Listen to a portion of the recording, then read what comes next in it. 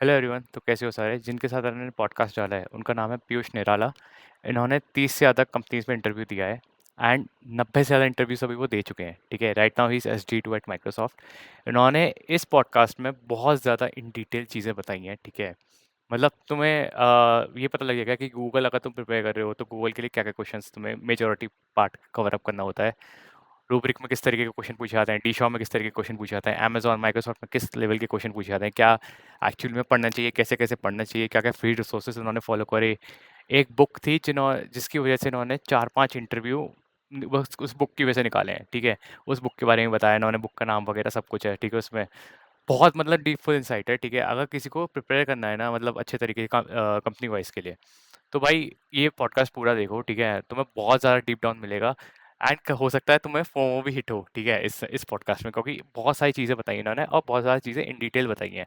तो जब मैं पॉडकास्ट रिकॉर्ड कर रहा था तब मुझे भी खुद फोमो हिट हो रहा था कि मुझे यार ये सब चीज़ इतना सब चीज़ें नहीं आती। तो ये तुम्हें भी होगा। ठीक है, बट तुम देखो इसमें बहुत डीप फुल इंसाइट है। ठीक है, सब कुछ डीप डाइव है एंड मेरे ख्याल से इसके बाद मतलब तुम्हें और कुछ देखने की ज़रूरत पड़ेगी नहीं। ठीक है, इसमें बहुत ज़्यादा इन डिटेल चीज़ें दे रखी हैं।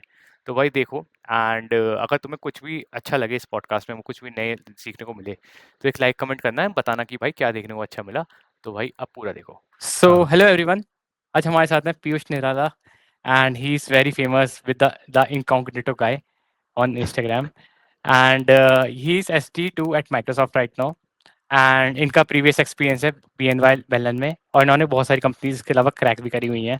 ठीक है, हम इनके एक्सपीरियंस से जानेंगे कि भाई इन्होंने कैसे कैसे प्रिपरेशन करी। आज के टाइम पे कोई बंदा फ्रेशर है, उसको फ्रेश स्टार्ट करना है सब कुछ चीज़ें, तो किस चीज़ों पे फोकस करे, कैसे कैसे वो स्टार्ट करे, कुछ कुछ रिसोर्सेज जैसे वो रिकमेंड कर पाए कि इन्होंने ये रिसोर्सेज फॉलो करे थे, इनको ये रिसोर्सेज फॉलो करने चाहिए। तो ये सब चीज़ें हम डिस्कस करेंगे एंड इनके इंटरव्यू एक्सपीरियंस, क्योंकि इन्होंने बहुत सारे इंटरव्यूज़ दिए हैं, अभी ये बता रहे थे मुझे। तो हर इंटरव्यूज़ ना कोई नई चीज़ सिखाता है। ठीक है, एंड हमें दिखाता है कि हमें ये वाला हमारा पॉइंट है, ये हमारा वीक है एंड हमें नेक्स्ट जो उसको अच्छा करना है जिससे हम अगले इंटरव्यू में अच्छा परफॉर्म कर पाएँ। तो वो सब चीज़ें लर्निंग रहेंगी। तो इनका पूरा एक्सपीरियंस जानेंगे, क्या-क्या चैलेंजेस आए, क्या-क्या फेलियर्स आए, क्योंकि हम एक-दूसरे के फेलियर्स से हम समझते हैं कि भाई क्या-क्या हमें चीज़ें नहीं करनी चाहिए। मैंने 2024 में ही चालू की थी स्विच करना हुँ, हुँ। अराउंड नवंबर हुँ, हुँ। दिसंबर। और उस टाइम मैं ब्लैंक था क्योंकि हम स्विच क्यों कर रहे थे, क्योंकि और आसपास वाले लोग स्विच कर रहे हैं इसलिए हमें भी स्विच करना है। तो ये एक मेन हुँ, हुँ, रीजन हुँ। रहता था। कोई मोटिवेशन नहीं थी कि बस गए लिंक्डइन गए और कोई भी ओल्ड जॉब देखा और उस पे अप्लाई हुँ, कर हुँ, दिया। हुँ। तो जब ऐसा ओके। करना चालू किया तो कुछ हुआ ही नहीं, क्योंकि हुँ, जॉब भी हुँ। बहुत पुरानी थी एप्लीकेशन। और ऑटोमेटिक वो डीमोटिवेट हो गया बंदा कि नहीं हो रहा, नहीं क्या है, अप्लाई करके कुछ फायदा नहीं है। तो हुँ, फिर हुँ, हुँ। नॉर्मली लाइट प्रिपरेशन करी। मेन प्रिपरेशन चालू हुई थी 5th ऑफ जनवरी 2025, जो मेरा पहला ओके। इंटरव्यू था। दिसंबर हुँ, हुँ। में क्या होता है, हायरिंग बंद हो जाती है मोस्टली, क्योंकि सब छुट्टी पे चले जाते हैं, किसी को टाइम नहीं मिलता। तो मैंने फिर भी अप्लाई कर रहा था, तो रैंडमली उन्होंने बोला कि डी शॉ का आपका पहला राउंड होगा 5th ऑफ हुँ, हुँ। जनवरी। वो मेरा ओके। क्रिटिकल राउंड, हाँ, वो सबसे पहला इंटरव्यू था और मुझे पता नहीं था कि क्या होने वाला है। तो मैंने दिया, मैंने पूरा जावा ये सब प्रैक्टिस करी। इतना ज़्यादा हुँ, कोर हुँ। इतना इन्फॉर्मेशन थी नहीं कि क्या हो सकता है जावा में। हुँ, तो हुँ, मैंने हुँ। गया, तो उनका पहला ही सवाल, पहले ही राउंड में आईसीपीसी का लेवल सी वाला सवाल था। तो मुझे ओके। आईसीपीसी मैंने कॉलेज टाइम में दिया था, लेकिन इतना डेप्थ नहीं गए थे और मुझे पता था आईसीपीसी होगा, मतलब चांसेस थे। हुँ, हुँ, हुँ। तो मैंने देखा वो 3DDP या 4DDP का प्रॉब्लम था, तो वो नहीं टच हुआ ओके। उसमें, क्योंकि नहीं आइडिया था अपन को उस टाइम। और हुँ, हुँ, हुँ, हुँ। मैं बोलता हूँ कि नवंबर दिसंबर में चालू किया और उसमें भी सिर्फ अप्लाई कर रहे हैं, तो हुँ, आइडिया हुँ, नहीं हुँ, लगता। हुँ। फिर उन्होंने जावा के प्रॉब्लम्स गए। तो ये मेरा पहला इंटरव्यू था, तो मैंने देखा कि बंदा पहला एक सवाल पूछता है, आप उसका एक डिडक्शन करके आंसर देते हो कि आंसर है। फिर दूसरा सवाल हुँ, हुँ। पूछेगा, अगर आपने थोड़ा भी उससे अलग पूछा, मतलब अलग आंसर दिया, तो दोनों हुँ, में हुँ। कंफ्यूज करेगा कि in the first answer you are telling this, in the second answer you are telling this, how like both statements are not like related, थोड़ा हुँ, हुँ। कॉन्ट्रडिक्टिंग स्टेटमेंट है। तो ऐसे इंटरव्यूअर भी आते हैं जो आपको हुँ, हुँ। फंसाने की कोशिश करते हैं। कुछ आते हैं, जितना मैंने देखा है, कुछ आते हैं कुछ हेल्प करते हैं, कुछ हिंट्स देते हैं, बहुत बहुत सिग्निफिकेंट हिंट देते हैं, बहुत छोटे छोटे जो आपको दिखते नहीं है, लेकिन आप जब आप क्लोज पहुंच जाते हो 80% तब आपको दिखते हैं। तो मैंने हुँ, ऐसा हुँ। डी-शॉ निकाला, मतलब डी-शॉ नहीं हुआ, मतलब पहला जो मैंने दिया वो डी-शॉ नहीं हुआ, मैं रिजेक्ट हुआ। लेकिन बहुत सारी लर्निंग थी कि मुझे जावा के और कोर्स चीजें समझ में आई कि मैंने अलग से पढ़ी। जावा गार्बेज मैनेजमेंट कैसा रहता है, जावा में हुँ, जितने भी वर्जन्स अपग्रेड होते हैं, 7 फिर 10 ऐसे 13 फिर 17, इन सब में क्या क्या नई चीजें आती है, फंक्शनल इंटरफेसेस क्या रहते हैं, ऑपरेटर्स क्या रहते हैं, ऑपरेंड्स क्या रहते हैं, ये सब चीजें इसमें नई नई चीजें आई। तो ये सब हम सीखते गए धीरे-धीरे करके, पूरी एक लिस्ट मैंने बनाई। तो मोस्टली उन लिस्ट के अंदर जावा ही था, मतलब शुरू में जब, क्योंकि मैंने जावा निकाला। फिर उसके बाद में मैंने, अब कन्फ्यूजन ये था कि अभी मैं मेरे रोल पे आता हूँ कि जब मैं बीएनवाई में था तो मैंने क्या किया और कब मुझे लगा कि स्विच करना चाहिए, मतलब कब मेरे अंदर से फीलिंग आई कि स्विच करना चाहिए, क्या मोटिवेशन थी और मैंने क्या-क्या पढ़ा। तो I joined BNY in 2022 July, and I started as a Angular developer, front end developer, कि फ्रंट एंड पे काम करना है, जावास्क्रिप्ट सीखना है, ये सब करना। तो एंगुलर चालू किया। उस टाइम एंगुलर और रिएक्ट थोड़ा सिमिलर सिमिलर था, मतलब अभी भी है, बस कंपोनेंट वाइज और लिखने वाइज अलग था। एंगुलर गूगल का था तो चिल थे। तो हमने चालू किया, हम सीखते गए। साथ-साथ फिर मैंने फिग्मा भी सीख लिया, थोड़ा यूआई यूएक्स भी सीख लिया ताकि और इन्फॉर्मेशन आ जाए, रिस्पॉन्सिवनेस, ये सब एंगुलर में सीख लिया। उसके बाद में एंगुलर में मुझे पता नहीं था कि पहले एंगुलर सीखा मैंने, फिर मैंने सोचा कि इससे होगा नहीं, let's jump into backend as well. So मैंने अपनी टीम से बात करी, मैंने बोला कि मुझे बैकएंड प्रोजेक्ट्स भी दो, तो मैंने बैकएंड भी सीखना चालू किया। अब बैकएंड प्रोजेक्ट ऐसे नहीं होता कि आपने कल बोला टीम को कि मैनेजर को कि मुझे बैकएंड भी सीखना है, तो वो डायरेक्ट नहीं देगा, मतलब आपको टाइम देगा 1 हफ्ता, मेबी आप 1 हफ्ता, डेढ़ हफ्ता आप बैकएंड सीखोगे, स्प्रिंग बूट कोर्सेज़ देखा आपने। मैं बोल रहा हूँ कोर्सेज़ से किसी से भी कुछ सीखने को नहीं मिलेगा जब तक आपका डायरेक्ट मिलेगा नहीं, मतलब कोई बग नहीं मिला या कुछ सही करने को नहीं मिला। तो मुझे डायरेक्ट मैनेजर ने बग दे दिया कि ये बग है, प्रोडक्शन बग है, इसको देखना है ऐसे करके। कोई और भी देख रहा था, लेकिन मुझे भी देखने को बोला। मैं साथ-साथ सीखता गया, मतलब देखता गया, अच्छा ये है, कैसे डीबग करना है, पूरा सेटअप चला के अपना पूरा स्प्रिंग बूट का अपने चलाया। फिर करते-करते धीरे-धीरे करके स्प्रिंग बूट अपना स्ट्रॉन्ग होने लगा कि कैसे-कैसे। फिर मुझे फीचर बेस्ड टास्क मिलने लग गए। पहले बग मिलते मोस्टली, फिर फीचर बेस्ड मिलने लग गए। फीचर अपन ने करते गए, फीचर करने के बाद फिर अभी ये सब चीज़ें डेवलपमेंट बेस्ड थी, मतलब आप ऑन, मतलब प्रोजेक्ट बेस्ड लर्निंग थी। प्रोजेक्ट मिला, आपने लर्निंग करी। इसमें कुछ भी इंटरव्यू एक्सपीरियंस या इंटरव्यू बेस्ड लर्निंग नहीं होती, क्योंकि इंटरव्यू के लिए आपको अलग से सीखना ही पड़ता है कि ये डेफिनेशंस है, ये ऐसा होता है, ये चीज़ें ऐसा होता है। आप हर चीज़ नहीं सीख सकते, मतलब प्रोजेक्ट बेस्ड लर्निंग के अंदर। तो वो सब मैंने सीखा, मतलब नॉर्मली जितना भी प्रोजेक्ट से सीख सकते हैं। फिर प्रोजेक्ट होने के बाद धीरे-धीरे करते-करते अपन प्रोडक्शन इश्यूज़ देखने लग गए, रिलीज़ेज़ के अंदर आने लग गए, जिसमें रिलीज़ होते हैं कंपनी की तरफ से, तो हम बैठते थे, सुबह-सुबह बैठे और पूरा रिलीज़ होने लगा। फिर वो सब होने के बाद अब मुझे लगा कि बैकएंड, फ्रंट एंड अब आ गया है, अब अप्लाई करते हैं। तो अब कन्फ्यूजन हुआ कि बंदा फ्रंट एंड में अप्लाई करे कि बैकएंड में अप्लाई करे या फुल स्टैक में अप्लाई करे। तो पहले ये कन्फ्यूजन आया। अब जब मैंने सोचा कि फ्रंट एंड ट्राई करते हैं पहले, तो इंट्यूट का उस टाइम मैंने फ्रंट एंड का रेफरल लिए, 5-6 रेफरल एक साथ। हर 3-4 दिन में प्रोफाइल आती है रेफरल दोस्तों से। तो मेरा एक इंटरव्यू शेड्यूल हुआ, 5 राउंड का था। 5 राउंड सब एक ही दिन में था, सुबह 10 से लेके शाम के 5 बजे तक। तो मुझे पता नहीं था कैसा एक्सपीरियंस होगा। ये सब एक्सपीरियंस कॉलेज टाइम देखा था, जब वो सिंगल डे में इतना होता था, बहुत हेक्टिक हो जाता था मतलब। तो मैंने ट्राई किया। इनिशियली उन्होंने क्या किया, उनका थोड़ा अलग रहता है इंस्टीट्यूट का। वो 1 वीक देते हैं, पूरा एक प्रोजेक्ट दे देंगे आपको, उसको समझना है आपको। वो आपको फ्रंट एंड हो सकता है, बैक एंड हो सकता है, depending on what profile you are approaching. तो वो फ्रंट एंड का था। तो उन्होंने प्रोजेक्ट दिया एक, रिएक्ट चूज़ करने के लिए दिया, एलएलएम भी आप कोई चूज़ कर सकते हो उसमें, आप अपने हिसाब से जो भी चीज़ें वो आप चूज़ कर सकते हो और वो प्रोजेक्ट को समझना है। फिर ऑन स्पॉट जब वो इंटरव्यूअर आएँगे, तो 3 इंटरव्यूअर बैठे होंगे, उनके सामने आपको डेवलप करना है। कोई चैट जीपीटी, कोई कोपायलट नहीं होगा, खुद से क्रिएट करना है। गूगल यूज़ कर सकते हो अगर कोई टास्क में फँसते हो। तो मैंने वो सब चीज़ें करी और मुझे पता था मेन प्रॉब्लम्स क्या रहती है या फिर क्या-क्या चीज़ें पूछी जाती है। तो अगर फ्रंट एंड की बात कर रहे हैं, तो मोर अराउंड स्टेट मैनेजमेंट बहुत ज़्यादा पूछा जाता है कि स्टेट मैनेजमेंट कैसे करोगे? आपका जो जावास्क्रिप्ट बंडल है, उसको कैसे और कंप्रेस कर सकते हो? क्योंकि आपको कहीं न कहीं अपलोड करना है। आप सिक्योरिटी कैसे मैनेज कर सकते हो आपकी एपीआईज़ की और इन सब की? वो जेडब्ल्यूटी टोकन और इसके अराउंड सब चीज़ें थी। तो साथ-साथ वो बनवा भी रहे थे कि ये चीज़ें कैसे इसमें पास करेंगे और पास कैसे होती है, डिस्ट्रॉय कहाँ होती है, सब्सक्रिप्शंस क्या होते हैं? ये सब चीज़ समझनी पड़ती है उस टाइम जब आप कर रहे होते हो, फ्रंट एंड के पर्सपेक्टिव से। फिर वो करते ही एक राउंड खत्म था। फिर दूसरा राउंड एआई बेस्ड भी था वहाँ पे कि एआई के अंदर एआई प्रॉम्प्टिंग क्या होती है उस टाइम, मोर अराउंड वो था, प्रॉम्प्ट इंजीनियरिंग को और इम्प्रूव कैसे कर सकते हैं, तो उनका एआई राउंड भी था। फिर ये मैं बता रहा हूँ अराउंड फरवरी ऑफ 2025 जब मैं ये कर रहा था। तो वापस बता रहा हूँ, कोई ज़्यादा एक्सपीरियंस नहीं था, सिर्फ सीख ही रहा था उस टाइम। फिर मैंने ये किया, फिर मोर अराउंड वापस से फ्रंट एंड का ये इंटरव्यू हुआ, जहाँ पे मैंने फ्रंट एंड के इमेज कराउसल रहता है, जिसमें इमेजेस रहती है, आपको वो कोड करना है। तो 2 चीज़ें होती है, या तो आप अपने कॉमन प्रोजेक्ट जो दे देंगे उस पे कोड करना है, नहीं तो इनका स्टैक ब्लिट्ज का प्लेटफॉर्म रहता है। अगर आप कोई भी एंगुलर या फिर कोई भी फ्रंट एंड डेवलपमेंट करते हो या फिर उसका इंटरव्यू देते हो, तो स्टैकब्लिट्ज का प्लेटफॉर्म खोल देंगे। हैकर रैंक का खुद का एक प्लेटफॉर्म होता है फ्रंट एंड का, वहाँ वो आप बोलेंगे कि आपको टू डू लिस्ट बनाना है और उसमें मल्टीपल चीजें करनी है, तो वो भी दे सकते हैं। तो मैंने पहले फ्रंट एंड इसका दिया, आखिरी में जाके रिजेक्ट हो गया था, क्योंकि सिर्फ मैनेजर राउंड में थोड़ा सा दिक्कत हो गई थी, बाकी राउंड थोड़े ठीक ठीक थे। लेकिन वही बात थी कि मेरा फ्रंट एंड का पहला इंटरव्यू था, कोई डीएसए नहीं था, कोई एक्सपीरियंस नहीं था, तो दिक्कत हो गई थी। तो फिर मैंने वापस सीखना चालू किया, जावास्क्रिप्ट सब स्ट्रॉन्ग करा। उसके बाद में मैंने ओरेकल का दिया, ओरेकल का फ्रंट एंड डेवलपर। तो वो भी मेरे लिए न्यू था। तो अराउंड मैंने जिनके साथ मैंने दिया उनको 16 ईयर्स ऑफ एक्सपीरियंस था सिर्फ वनीला जावास्क्रिप्ट में। तो वनीला जावास्क्रिप्ट में बहुत डेप्थ में गए वो, और भी चीजें थी, तो उसमें भी मैं रिजेक्ट हुआ। अभी मैं सिर्फ रिजेक्ट बता रहा हूँ, रिजेक्ट होने के बाद मैंने क्या सीखा और फिर मैंने कैसे सोचा कि हमेशा स्टिक नहीं रहना कि मुझे फ्रंट हैंड ही चाहिए या फिर मुझे इसी में करना पड़ेगा। तो मैंने देखा कि ओरेकल में भी नहीं हुआ। मैंने फिर से सोचा कि अब नहीं होगा, let's switch the stream, let's try for इधर फुल स्टैक और इधर बैक एंड, क्योंकि फ्रंट एंड में रैंडमनेस हो रही है बहुत ज्यादा, जावास्क्रिप्ट में बहुत ज्यादा रैंडमनेस हो रही है। तो मैंने थोड़ा छोड़ा उसको। अब मैं अपना बैक एंड पे आया। बैक एंड पे स्प्रिंग बूट था, जावा था अपने पास, और अभी धीरे धीरे करके मल्टी थ्रेडिंग और ये सब भी एनवेलप खुलेंगे, पहले नहीं खुले थे क्योंकि आइडिया नहीं था।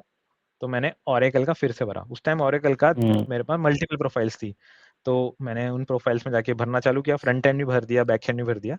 तो मुझे बैक एंड के लिए आया। तो इन्होंने बोला इस बार आपको ऑफिस विजिट करना है। तो मैं पुणे में था, उन्होंने बोला ऑफिस विजिट करना है, अराउंड 1.5 आवर जाने का और 1.5 आने का। तो वैसा मैं वहाँ पहुंचा। वहाँ पहुंचने के बाद पता लगा कि इंटरव्यू अभी भी वर्चुअली है, सिर्फ आपको वहाँ बैठना है और इंटरव्यू देना है। वहां से चालू हुआ डीएसए। वहां मुझे डीएसए में जो मैंने कॉलेज टाइम किया था, इसके बीच में मैंने कम ही किया था, तो ये भी अराउंड फेब का ही मंथ है। तो वही रेन वाटर ट्रैपिंग वाली प्रॉब्लम आई, मैंने बोला ठीक है तो अपने घर रखी है। इन सब प्रॉब्लम्स में उनका मेन गोल था कि आप बिल्कुल exact big of one, big of N, मतलब टाइम कॉम्प्लेक्सिटी स्पेस भी बिग ऑफ वन या एन में सब ऑप्टिमाइज करके करो। तो जब हम ये रेन ट्रैपिंग प्रॉब्लम करते हैं तो इन सब में क्या करते थे कि चलो अच्छा पहले लेफ्ट राइट वो एरे बनाया, चलो डन हो गया इतने में। फिर पता लगा नहीं यार मोनोटोनस टेक्स्ट से भी कर सकते हैं, चलो भाई डन, लेकिन स्पेस ले लिया आपने। ये सेकंड अप्रोच। थर्ड अप्रोच है टू पॉइंटर टेक्निक, जो इस रेन ट्रैपिंग में काम में आती है, जो कि मैंने नहीं देखी थी, क्योंकि मुझे लगता था कि अरे प्रॉब्लम सॉल्व कर दी, इतना बेस्ट सॉल्यूशन नहीं लेकिन एटलीस्ट एवरेज से ऊपर वाला सॉल्यूशन मैंने कर लिया। तो वहाँ इंटरव्यू जब मैंने दिया, बंदे ने रिजेक्ट कर दिया कि no you are not seeing the right approach और you are not seeing the best optimal approach. तो ये चीजें हुई। तो फिर मुझे वापस से ड्रॉबैक समझ में आया कि even if I trying for any DSA problem, I need to be like I need to have the best solution, इधर लर्न और इधर वर्क ऑन। सो वो मुझे चाहिए था कि डीएसए में। फिर उसमें डीएसए करते करते 2 राउंड डीएसए के हुए, एक नॉर्मल हायरिंग मैनेजर, और फिर वापस से उन्होंने लास्ट में एक राउंड रखा, सिर्फ बार रिजल्ट राउंड, जिसमें मल्टी थ्रेडिंग का हुआ। तो वो भी पहला एक्सपीरियंस था, मल्टी थ्रेडिंग का आइडिया नहीं था। उन्होंने बोला एक मेथड बना दो। अब ये मेथड 3-4 सर्विसेज यूज कर रही हैं, काउंटर मेथड है, इसमें काउंट वेरिएबल है, उसको आप कैसे डिफाइन करोगे। तो उस टाइम नहीं पता था ये ऑटोमिक क्या होता है, वॉलेटाइल क्या होता है। तो ये सब चीजें मुझे बाद में समझ में आई कि अच्छा ये केसेस भी बन सकते हैं। तो मैंने उस टाइम फिर वो आखिर में जाके फिर रिजेक्ट हो गया। इस बार सब प्रिपेयर था, डीएसए प्रिपेयर था, सिस्टम डिजाइन बहुत रफली लाइटली प्रिपेयर था, लेकिन डीएसए से काम हो गया था वहां तक, सिर्फ मल्टी थ्रेडिंग नहीं आई। तो मैंने सोचा कि ठीक है अभी मल्टी थ्रेडिंग नहीं आती अपन को, लिख लिया। पहले फ्रंट एंड मैंने छोड़ा क्योंकि नहीं हो पा रहा, क्योंकि बहुत सारी चीजें हैं। बैक एंड पे आए, चीजें कंप्लीट करी थोड़ी, लेकिन वापस से मल्टी थ्रेडिंग में अटक गए। अब चालू हुआ अमेजोन का, अमेजोन और गूगल। तो उसमें भी अमेजोन गूगल मोस्टली इस पे ही थे। गूगल तो पूरा ही डीएसए बेस्ड था, उनको कुछ चाहिए नहीं था उसके अलावा। और जो अमेजोन था वो more around mostly DSA and then system design, HLD LLD. इसके लिए मैंने आराम से टाइम लिया, 1 महीना लिया, 1.5 महीना लिया इनसे।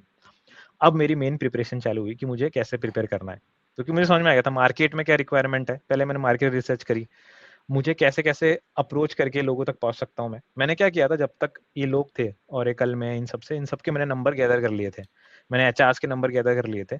मैं मंडे टू वेडनेसडे बैठता, अराउंड 9 to 10 AM में, ये लोग बहुत फ्री रहते हैं, इनको कॉल करता, I am looking for a switch, I have like having 3 years of experience and worked on this technologies and all, and if they are interested then they usually like वो बोलते हैं direct कि you can send your resume on my email or on WhatsApp। Direct ही होता था, इससे अच्छा connection हो गया था।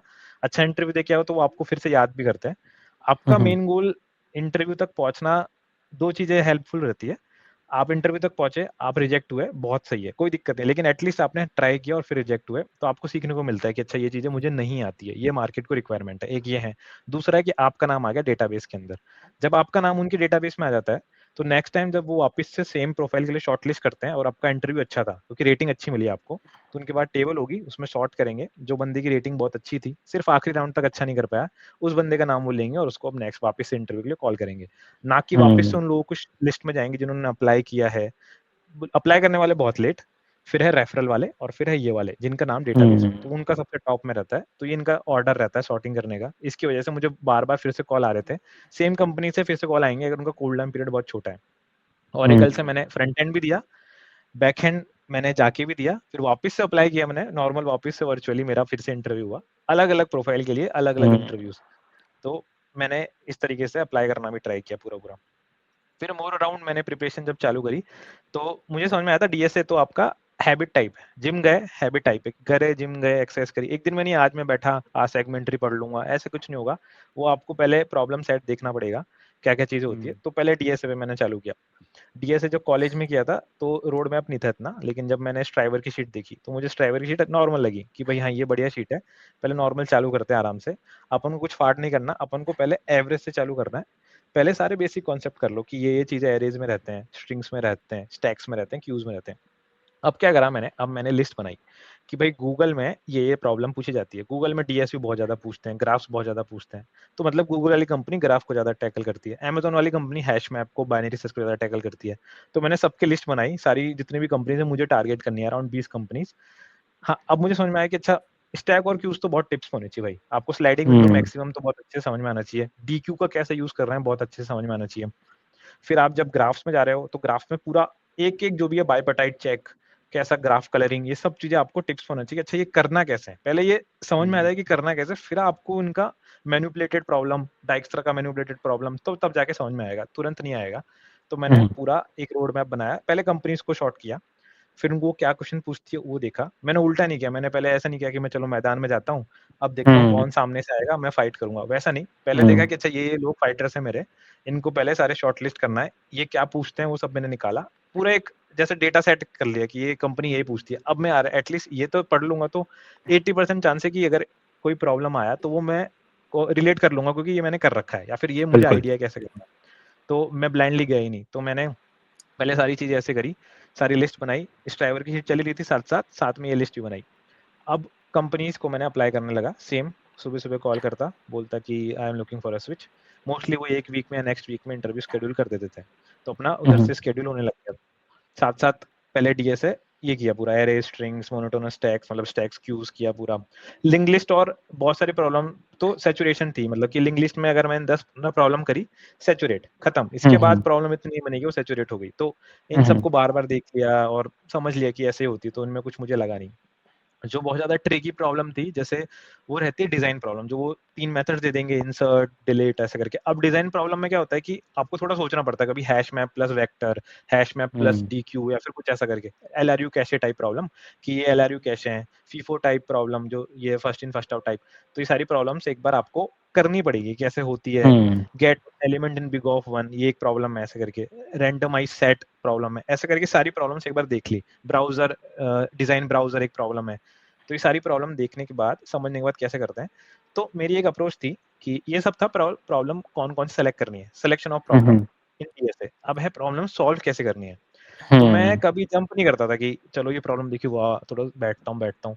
मेरे पास था कि मैं 25 मिनट लूंगा, शुरू के 15 मिनट्स जो मेरे पास अप्रोच है, चाहे ब्रूट फोर्स अप्रोच हो, चाहे बेस्ट अप्रोच हो, चाहे जो सी भी अप्रोच है, एटलीस्ट मैं कुछ टेस्ट केसेस चला पाऊँ, वो वाली अप्रोच में ट्राई करूंगा। क्योंकि कभी कभी क्या होता है, आप इंटरव्यू में बैठते हो, आप सोचते हो कि नहीं यार मुझे तो बेस्ट अप्रोच सोचनी है, या फिर आपको पता है best approach, you know the big of one approach और बिग ऑफ एन अप्रोच। आप पहले सोचते हो कि या I will be using this normal approach, and then slowly आप इंटरव्यूअर को उस डायरेक्शन में लेके जाते हो, क्योंकि ठीक है उसको भी लगना चाहिए कि आपने बिल्डअप किया है, आप डायरेक्ट भी नहीं पहुंचे, जो कि एक वैलिड पॉइंट है जो होता है।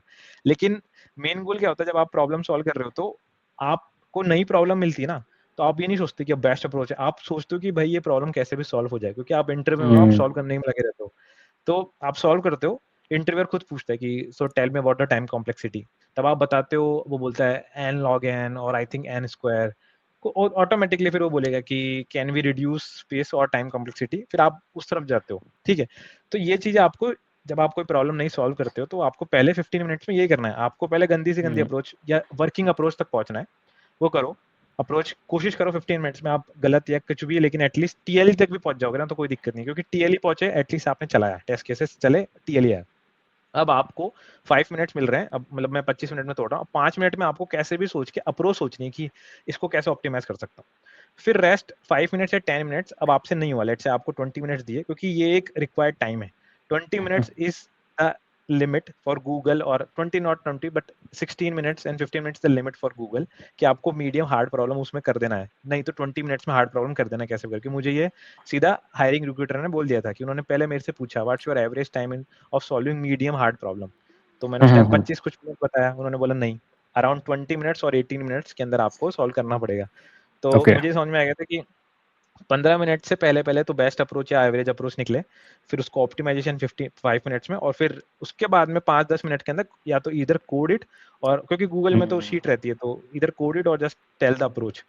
तो मैं ये करता हूँ कि 20 मिनट्स में इधर नॉर्मल अप्रोच और कैसे भी वर्किंग अप्रोच, और रेस्ट 5 to 10 मिनट्स या तो नहीं हो रहा इधर, जस्ट ठीक है भाई नहीं हो रहा, अब मैं सॉल्यूशन पे जाऊंगा, लेकिन डायरेक्ट सॉल्यूशन नहीं देखूंगा, सिर्फ पहले टैग्स देखूंगा कि टैग्स, अच्छा स्टैक्स का है, स्टैक का सोचा क्या हो सकता है प्रॉब्लम, क्या हो सकता है मैंने कुछ कभी पहले प्रीवियसली कभी किया हो, नहीं किया लेट से, तो फिर सोचूंगा अच्छा ठीक है अप्रोच समझता हूँ, अप्रोच समझूंगा, कोड नहीं देखूंगा, अप्रोच समझ रहा हूँ ठीक है, स्टैक को ऐसे यूज कर रहे हैं, ठीक है अब वापस ट्राई करूंगा, नहीं हो रहा, ये सब 10 मिनट में करना है। अब दिक्कत ये है कि मेन गोल आपका प्रॉब्लम सॉल्व करना था, लेकिन अब है प्रॉब्लम का सॉल्यूशन समझना भी एक मेन गोल है, क्योंकि इजी नहीं होता, कभी कभी प्रॉब्लम का उसने सेगमेंटरी कर दिया, आपने पढ़ा नहीं सेगमेंटरी तो नहीं आएगा, आपने पढ़ लिया लेकिन आपको उसके रिलेटेड प्रॉब्लम नहीं पता कि ये यूज कैसे किया है, तो भी नहीं आएगा। तो आपको मल्टीपल प्रॉब्लम सॉल्व करनी है किसी चीज की, तभी जाके आप वापस से 1 साल बाद आके फिर से सेगमेंटरी पे आओगे तो एटलीस्ट कुछ हिंट करेगा, कुछ ब्लिंक ऐसा करेगा, लेकिन जरूर नहीं होगा, लेकिन कुछ ना कुछ आइडिया लगेगा। सेम वे लास्ट के 10 मिनट है आपको उसका सॉल्यूशन समझने में लगाना है तरीके से, ना कि उसको पूरी तरीके से क्रैम करना है, या फिर उसको समझना है कि वो बंदे ने बिल्डअप कैसे किया, अच्छा ये अप्रोच थी, अच्छा ये ड्राई रन किया, अच्छा यहाँ तक पहुंचा, okay then this solution works for better approach है, फिर ऐसे करके। तो अराउंड 25 से 30 मिनट्स के अंदर आपको मीडियम हार्ड प्रॉब्लम करना है कैसे करके, ये मेरी अप्रोच थी, क्योंकि मैं वो कर ही नहीं रहा था कि भाई मैं प्रॉब्लम सॉल्व कर लूँ इंटरव्यू में हो जाए, मेरा मेन गोल था 30 मिनट में हार्ड प्रॉब्लम सॉल्व करनी है। अब वो मुझे पता है नहीं हो सकती, क्योंकि बंदे ने कभी किया ही नहीं, out of the box type बंदे के पास ये प्रॉब्लम आ गई, median of two sorted array, बंदा कर ही नहीं सकता अगर उसने कभी चीज कभी देखी नहीं हो, या फिर क्योंकि median of two sorted array मेरे से गोल्डमैन में पहली बार पूछा गया, मेरे को कोई आइडिया नहीं था कि कैसे बाइनरी सर्च लगेगा, मैं तो नॉर्मल लगा लगा के अप्रोच लगा कर दिया, बोला नहीं you have to use binary search, अब नहीं पता कैसे सेगमेंट करूँ दोनों दो एरेस के बीच में, और वो हार्ड प्रॉब्लम में वो इंटरव्यू में तभी कर सकता है बंदा जब पहले किया हुआ हो। तो बिल्कुल। ये मोर अराउंड वही था कि पहले कर रखा और उसके बाद, तो मेरा यही आइडिया था कि मैं कंपनी सर्च करूं, उनके क्या प्रॉब्लम पूछते हैं वो, और डीएसए प्रॉब्लम सॉल्व कैसे करनी है, मुझे पूरे दिन नहीं लगना है कि 4-5 घंटे में लगा हुआ हूँ, क्योंकि आप जॉब में भी हो, पहले वही लोग हैं जो लोग अगर जॉब में नहीं है, कॉलेज में या फिर ऐसे करके, तो वो बेसिक लेवल से टाइम दे सकते हैं कि उन्होंने एरेस देखा, उन्होंने प्रॉब्लम चालू करी, अब उनको अपना बिल्डअप करना है, जो होम घर का बिल्डअप नीचे से होता है, नींव उनको स्ट्रॉन्ग करनी है, तो वो करने के लिए उनको प्रॉपर टाइम देना पड़ेगा, वो ये नहीं कर सकते कि चलो 15 मिनट अरे कर लिया नहीं आया, चलो भाई सॉल्यूशन देखते ऐसे करके। तो उन्होंने फिर वो हैबिट बना ली, तो फिर उनकी हैबिट वही बनेगी, हर बार 15 मिनट का प्रॉब्लम सॉल्व किया, नहीं आया, लेट्स सी द सॉल्यूशन, तो फिर माइंड कभी चलेगा ही नहीं, माइंड ने कभी एफर्ट ही नहीं लगाया उस चीज तक घुसने के लिए, उन्होंने कभी किसी और के साथ डिस्कस ही नहीं किया। तो मैं तो यही बोलूंगा कि जो लोग अभी फ्रेशर हैं या फिर जो चालू हैं, वो आराम से टाइम दो, 4-5 घंटे अगर उनके पास है, प्रॉब्लम सेट निकालो, प्रॉब्लम में कनेक्टिविटी देखो कि अच्छा ये पैटर्न इसमें था, इसमें ये पैटर्न लग सकता है क्या, कनेक्टिविटी देखना है, हिट एंड ट्राई करना है, आप नॉर्मल आईडी में हिट एंड ट्राई कर सकते हो, इंटरव्यू में हिट एंड ट्राई नहीं कर सकते, oh this is not working let me debug, ये नहीं कर सकते, क्योंकि वहां करोगे तो इंप्रेशन खराब होगा। आप यहाँ प्रैक्टिस कर लो उतना, और ये चीज सीख लो कि ऐसे करने पे ऐसा रिजल्ट आता है, ये चीज सीखने के बाद ये कर लो, फिर अपने दोस्तों के साथ पीयर डिस्कशन करो, पीयर डिस्कशन बहुत इंपॉर्टेंट है, बोर्ड पे गए पीयर डिस्कशन की भाई ये मैंने सोचा था कि ये अप्रोच ऐसे लगेगी, तुम बताओ कि अप्रोच सही है कि नहीं है, वो बताएगा नहीं ऐसे कर सकते हैं, तो ये डिस्कशन करना बहुत इंपॉर्टेंट है, ये तब आप कर सकते हो, जब आप निकल के आ जाओगे ऑफिस लाइफ में आओगे तो ये बहुत कम हो जाएगा, इंटरेक्शन कम होगा आपका, तो ये आप पहले सीख सकते हो, तो आपका बेसिक लेवल है वो वहाँ स्ट्रॉन्ग कर लो, क्योंकि आप फिर बाद में नहीं बोलोगे कि अरे अब तो कॉलेज खत्म हो गया, अब तो डीएसए कैसे करूंगा स्टार्ट, या फिर तो वो दिक्कत आती है, आप पहले अपने कॉलेज ग्रुप में कर लो, क्योंकि आपके अराउंड लोग वही कर रहे हैं, फिर ये करने के बाद आ जाओ आप आ गए फ्रेशर, या फिर आप कॉलेज में ये ऑफिस में आ गए, जहाँ आप ऑफिस आवर्स में आ रहे हो, अब काम कर रहे हो ऑफिस का, शाम को फ्री हो रहे हो थक थका के, अब आपको बैठना है। वो सबसे ज़्यादा बड़ी मोटिवेशन है कि आप फिर से आके बैठे हो और आपको फिर से ये चीज़ें गो थ्रू करनी है। तो आप वही करोगे 25 मिनट्स वाला रूल जो मैं बताया, 15 मिनट का प्रॉब्लम देखोगे जो अप्रोच लग सकती है, एटलीस्ट कोड करोगे, क्योंकि कोड करना इंपॉर्टेंट है यहाँ पे। अगर आप 15 मिनट में कोड नहीं कर पा रहे या सबमिट नहीं कर पा रहे, तो कहीं ना कहीं फिर से दिक्कत है। तो आप उसको देखो कि क्या प्रॉब्लम हो रही है, आप लिख क्यों नहीं पा रहे, आपको प्रॉब्लम ही नहीं समझ में आ रही, आपको कुछ प्रीवियस चीज हिट ही नहीं कर रही। अगर हिट नहीं कर रही तो फिर वापस से बेसिक वाले सारी प्रॉब्लम करो जो भी एरेस के हैं। तो ये चीजें रहती है, क्योंकि जैसे मैंने डीएसयू पढ़ लिया, अब मुझे बहुत सारी प्रॉब्लम जो ग्राफ की मैं बीएफएस से डीएफएस से लगाता था, मैं सोचता डीएसयू से भी लगा देता हूँ, क्योंकि डीएसयू से बहुत ईजी हो जाता था कि पेरेंट एरे बनाया, सबको डाल दिया, मर्ज किया, फाइंड किया, तो ये सब चीज़ नॉर्मल हो जाती थी। तो वो वैसे भी सीखने को काफ़ी मिल जाता है जब आप मल्टीपल चीज़ें सीखते जाते हो साथ साथ। तो मैंने ये जब ये चीज़ें चीज सीखी, ये सीखते सीखते उसके बाद में अपना यहाँ से डीएसए हुआ। अब मैं बोला कि ये सैचुरेशन आ गया है, अब बार बार डीएसए मैं कल देखूंगा कहीं नई प्रॉब्लम दिखेगी, फिर देखूंगा नई प्रॉब्लम दिखेगी। इससे बेटर करता हूँ कि जो भी नॉर्मल चल रहा है, कंपनीज जो आती है उसके अराउंड में पढ़ता हूँ, वो देखूंगा कैसे पढ़ना है, साथ साथ सिस्टम डिजाइन पढ़ता हूँ, क्योंकि सिस्टम डिजाइन मेरे लेवल पे आ गया है कि भाई मैं 3 साल प्लस हो गया हूँ या 4 साल, तो मुझे सिस्टम डिजाइन चाहिए। तो मेरे दोस्त ने सजेस्ट किया एलेक्स यू की बुक है, वॉल्यूम 1 वॉल्यूम 2 दोनों अवेलेबल है नेट पे। आप लिखोगे system design Alex you GitHub, पहली बुक मिल जाएगी, आराम से देख सकते हो। वॉल्यूम 2 भी मिल जाएगी, थोड़ा ढूंढना पड़ेगा लेकिन मिलती हो। तो नॉर्मल बुक थी, मैंने सोचा कि इसको बुक मंगा भी लेता हूँ, तो मैंने इसको मंगा भी लिया, अपने पास टैक्स के अंदर पड़ी। मोर अराउंड इस बुक को 1 वीक ही लगेगा आपको पढ़ने में, 1 वीक से भी कम, क्योंकि पेजेस छोटे हैं और बस चीजें बस उसमें नॉर्मल नॉर्मल है। तो मॉरल डिस्ट्रीब्यूशन सिस्टम चलता है, कैसे काम करता है, स्लेव मास्टर कैसा पैटर्न चलता है, मोर अराउंड नेटवर्किंग क्या रहता है, मतलब कि जब आप डेटा शेयर करते हो तो कैसे कैसे शेयर होता है, more around system distributed system mostly कैसे काम करता है वो था। फिर आपके जो भी आइडियाज होते हैं, जैसे मतलब प्रोजेक्ट्स बोल सकते हो आप, जैसे यूनिक आईडी जनरेटर हुआ, की वैल्यू पेयर कैसे काम करता है, रेडिस कैसे काम करता है, ये सब चीजें थी। तो मेरे से जो पूछा गया था 2-3 इंटरव्यू में, जैसे रूब्रिक में और माइक्रोसॉफ्ट में, वो पूछा गया था क्रिएट यूनिक आईडी जनरेटर इन डिस्ट्रीब्यूटेड सिस्टम। नॉर्मल तो आप बना सकते हो, आप जो यूयूआईडी यूज करते हो, अल्फा न्यूमेरिक वैल्यू देता है, वो ठीक है, वो बहुत बेसिक है। लेकिन अगर आपने 2 सर्वर लिए, दोनों पे सेम टाइम पे बोला कि अब यूनिक आईडी बनानी है, तो बहुत चांसेस है कि कभी ना कभी दोनों सेम आईडी बना देंगे। तो आपको बहुत चीजें ध्यान रखनी पड़ती है कि कैसे यूनिक आईडी जनरेटर बनाना है डिस्ट्रीब्यूटेड सिस्टम में। तो ये सारी चीजें उसमें डिस्कस करी गई है बुक में, तो बहुत अच्छी रिसोर्स है, उसको पढ़ सकते हो रात को। अगर नींद नहीं आती तो वो बुक पढ़ो, नींद आएगी, लेकिन उससे सीखने को भी बहुत मिलेगा। तो मुझे बहुत सही ठीक लगा है। था कि मैंने बहुत डीएसए कर लिया, टेंशन हो रही है अब कैसे स्विच करना है, क्या करना है, ये उठाई बुक, पढ़ना चालू किया। उसमें सबसे आखिर में टॉपिक्स हैं टॉप के ट्रेंडिंग वीडियोस इन यूट्यूब, या फिर टॉप के, वो इतना प्यारे तरीके से ट्राई का यूज किया है। मतलब जब आप बुक पढ़ोगे ना तो ऐसा लगेगा कि यार ये तो बहुत अच्छा कॉन्सेप्ट है, ये तो मुझे आ सकता था, लेकिन जब उसमें डेप्थ में जाते हो बोलते हो यार हाँ यार इतना आ सकता था, इससे ज्यादा नहीं आ सकता, क्योंकि ये डेप्थ में चला गया है।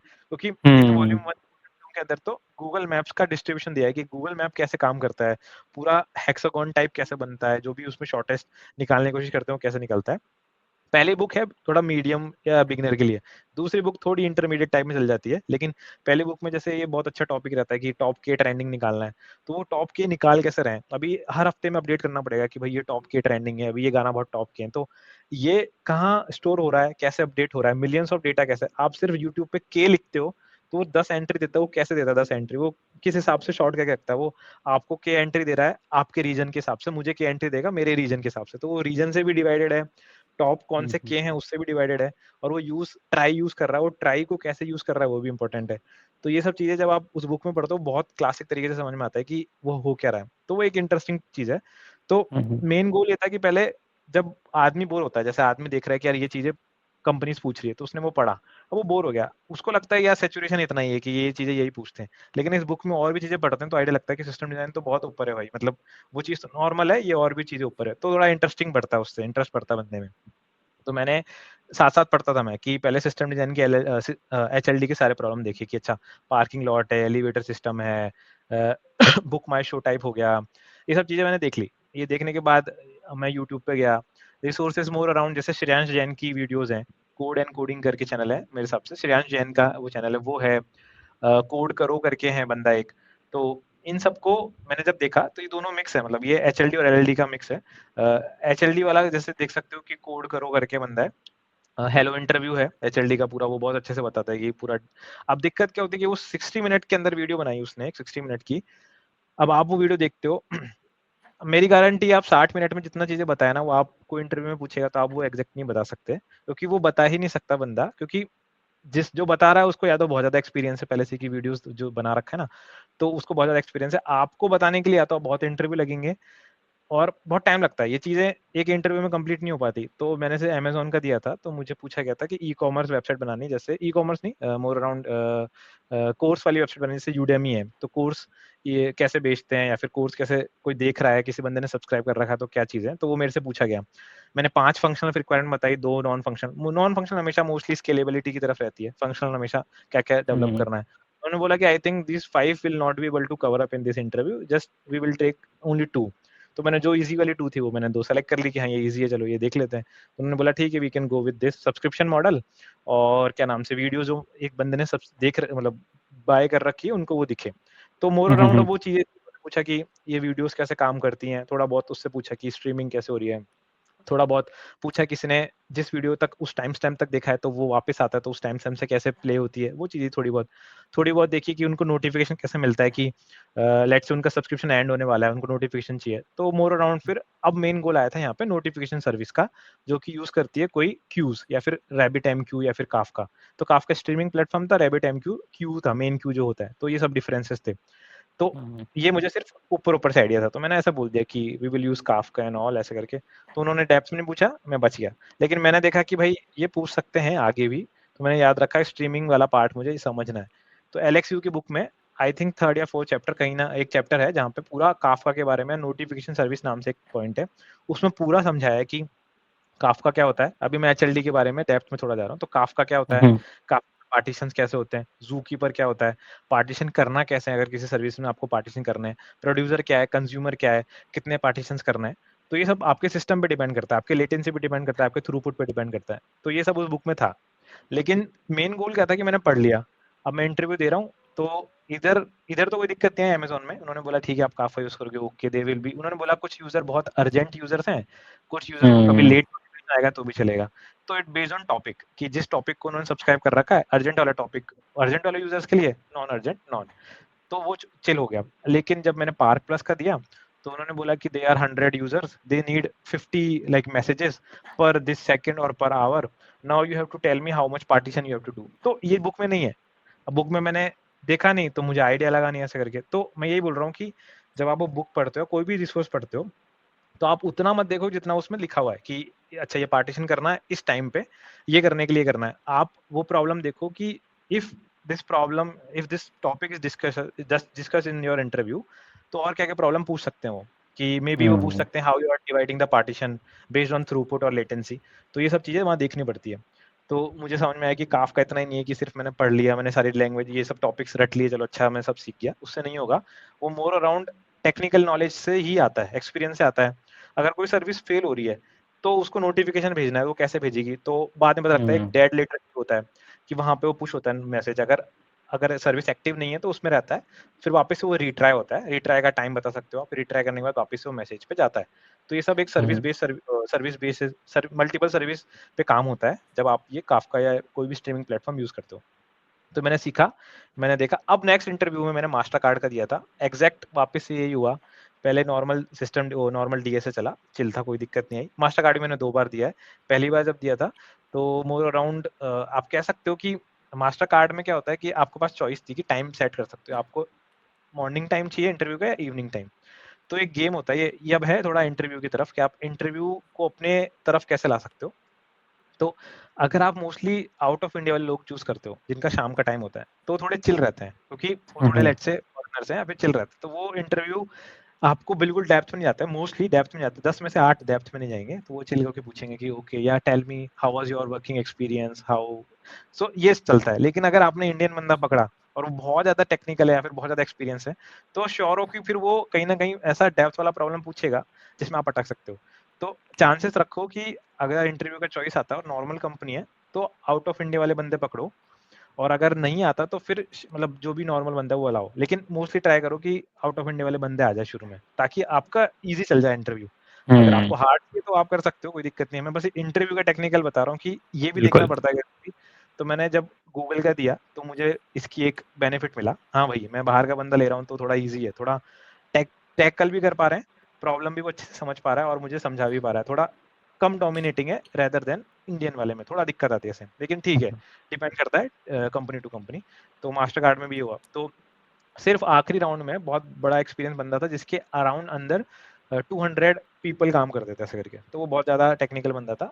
तो मैंने फिर से सोचा था कि काफका तो पढ़ लिया, सब चीज़ हो गई है, लेकिन उसने बहुत डेप्थ में पूछा कि अगर आपने कुछ सर्विस बनाई है, वो उसको वापस से रीट्रिगर करना है या फिर वो फेल हो गई है, तो रीस्टार्ट होने पे कैसे-कैसे चीज़ें क्या-क्या होंगी वो बताओ मुझे। तो वो कभी मेरे साथ हुआ नहीं था कभी। बीएनवाई में कभी ऐसा होने की कोई सर्विस फेल हो गई हो, फिर वापस वो रीट्राई हो रही है तो क्या-क्या चीज़ें होती है काफका में, तो वो नहीं पता था। तो वो मैं वहाँ नहीं बता पाया कुछ चीज़ें। तो वो बंदा हँस रहा था, थोड़ा मॉक कर रहा था कि वो so I think you mention Kafka but you don't know this much of ऐसे-ऐसे करके। सो ये भी होता है कि इंटरव्यू में आपको मॉकिंग भी मिलेगी, सामने वाला आपको मतलब बोलेगा भी सही कि you have mention this but you don't know this and you have this much of experience, तो ये भी होगा। तो आपको घबराना नहीं है, आपको ठीक है नहीं आता भाई, नहीं कर पाए थे, लेकिन अब नेक्स्ट टाइम में उसको प्रिपेयर करके करेंगे। तो नेक्स्ट टाइम फिर से वापस मास्टर कार्ड में मैंने फिर से अप्लाई किया बहुत ज़्यादा, और फिर से मेरे पास आया चांस। तो पहली बार कोई और रिक्रूटर था, दूसरी बार फिर कोई और रिक्रूटर आया, दोनों के पास नंबर थे। अब वापस से कभी मुझे लगता है या फिर कभी है तो कभी भी कॉल कर सकते हैं। तो ये भी रहता है कि आपके पास नंबर सेव करते जाओ, बाद में कभी भी जरूरत पड़ती है आप वापस से कॉल कर सकते हो। तो मैंने दूसरा इंटरव्यू दिया। दूसरा इंटरव्यू बहुत रैपिड राउंड था, हर 10 सेकंड में 2 प्रॉब्लम या हर 15 सेकंड में 2 प्रॉब्लम थी, बहुत फास्ट कि डायरेक्ट फर्स्ट इंटरव्यू चालू हुआ, डायरेक्ट बोलेंगे have you worked on executive service? तो मैंने बोला yes, in spring boot we have this executive service used for this like threading and all, multi threading and all. Have you used thread pool? ये rapid round problem थे, बहुत fast थे कि कहीं भी अगर अटके okay let's switch to another problem. तो ऐसा था। तो ये मास्टर कार्ड में पहले ही 2 ऐसे ही थे राउंड्स। मोर अराउंड डीएसए था, मोर अराउंड अपने फ्रंट एंड बैक एंड दोनों मिक्स थे क्योंकि उनको फुल स्टैक ही चाहिए था। मास्टर कार्ड का मैंने वापस से राउंड दिया। ये ऐसा है कि पहला जो दिया था मैंने 3 इंटरव्यू दिए, तीसरे वाले में हायरिंग मैनेजर में बहुत टफ हुआ, नहीं हुआ।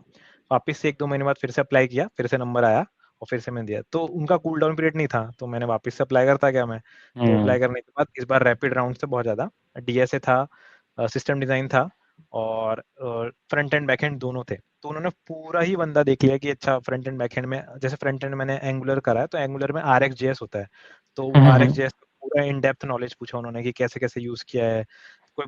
और ये 2 होने के बाद फिर हमेशा पूछते हैं कि have you face any production issues, कैसे सॉल्व किया, रिसेंटली कौन से प्रोडक्शन इश्यूज करे थे, कौन से कैसे सॉल्व किए थे, क्या प्रॉब्लम था, ऐसे करके। तो अगर आप हल्का फुल्का बताओ तो फिर से वही आता है कि नहीं उनको बैठता है, उनको थोड़ा और इंटरेस्टिंग चाहिए, इन डेप्थ आप गए थे, आपको समझ में आया कि अच्छा ये दिक्कत थी। तो कभी-कभी ये चीज़ें भी रहती है। तो इसमें जाके आखिरी में सिर्फ एक राउंड ठीक नहीं गया था, जो कि सबसे पहला राउंड था, जो बहुत रैपिड था।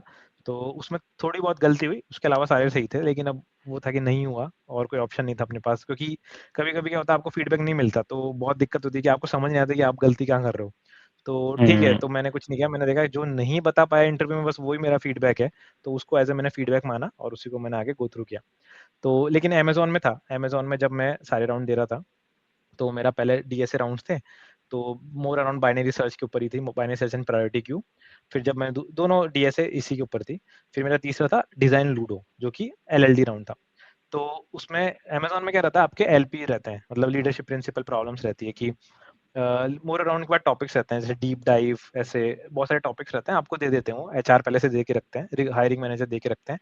आपको उसके अराउंड प्रॉब्लम प्रिपेयर करके रखनी होती है कि जैसे प्रॉब्लम्स होती है कि tell me a situation where you compromise timeline और कॉम्प्रोमाइज़ वर्क या फिर क्वालिटी ऐसे करके। तो टाइमलाइन या क्वालिटी के अंदर, तो वैसी प्रॉब्लम्स आपको प्रिपेयर करके रखनी पड़ती है अपने एक्सपीरियंस के बेसिस पे। तो वो सब मैंने प्रिपेयर कर रखी थी, तो वो सब ठीक था। लेकिन अब जैसे एलएलडी राउंड हुआ तो लूडो बनवाना था, तो मैंने लूडो चालू किया, पूरा बनाया स्ट्रक्चर, जितने भी एक्टर्स होते हैं, मतलब जो-जो क्लासेस हैं, सारे इंटरफेसेस और वो सब, बोर्ड हुआ, पीस हुआ और जो सेल हुआ, अब इन सब में डेप्थ में जाना था मुझे। तो कभी-कभी कोई चीज़ें मिस हो सकती है या फिर आप एक क्लास, अब जैसे आपने बोर्ड क्लास लिखी, तो बोर्ड में मेथड लिखना है लेट्स से, अब एक जैसे पहले पीस है, पीस के बाद आया सेल। अब सेल कुछ भी हो सकता है, लूडो के अंदर सेल हो सकता है कि होम सेल हो, विनिंग सेल हो या फिर एक सेफ सेल हो या फिर नॉर्मल सेल। तो इनका सेल बिल्कुल। टाइप है, एक सेल टाइप है। फिर आपके पास पूरा एक 2D एरे है कि 2D एरे के अंदर आप अब अपनी चॉइस है, आप चेस देखो या लूडो देखो, आपके पास चॉइस है आपको 2D मैट्रिक्स बनानी है या सिंगल मैट्रिक्स भी आप बना सकते हो, तो कोई दिक्कत नहीं है, आपको सिर्फ मॉड्यूलो लगा के आपको देखना है कि कितने का मॉड्यूलो लगाना है आपको, उसके हिसाब से आप 2D या 1D में कर सकते हो।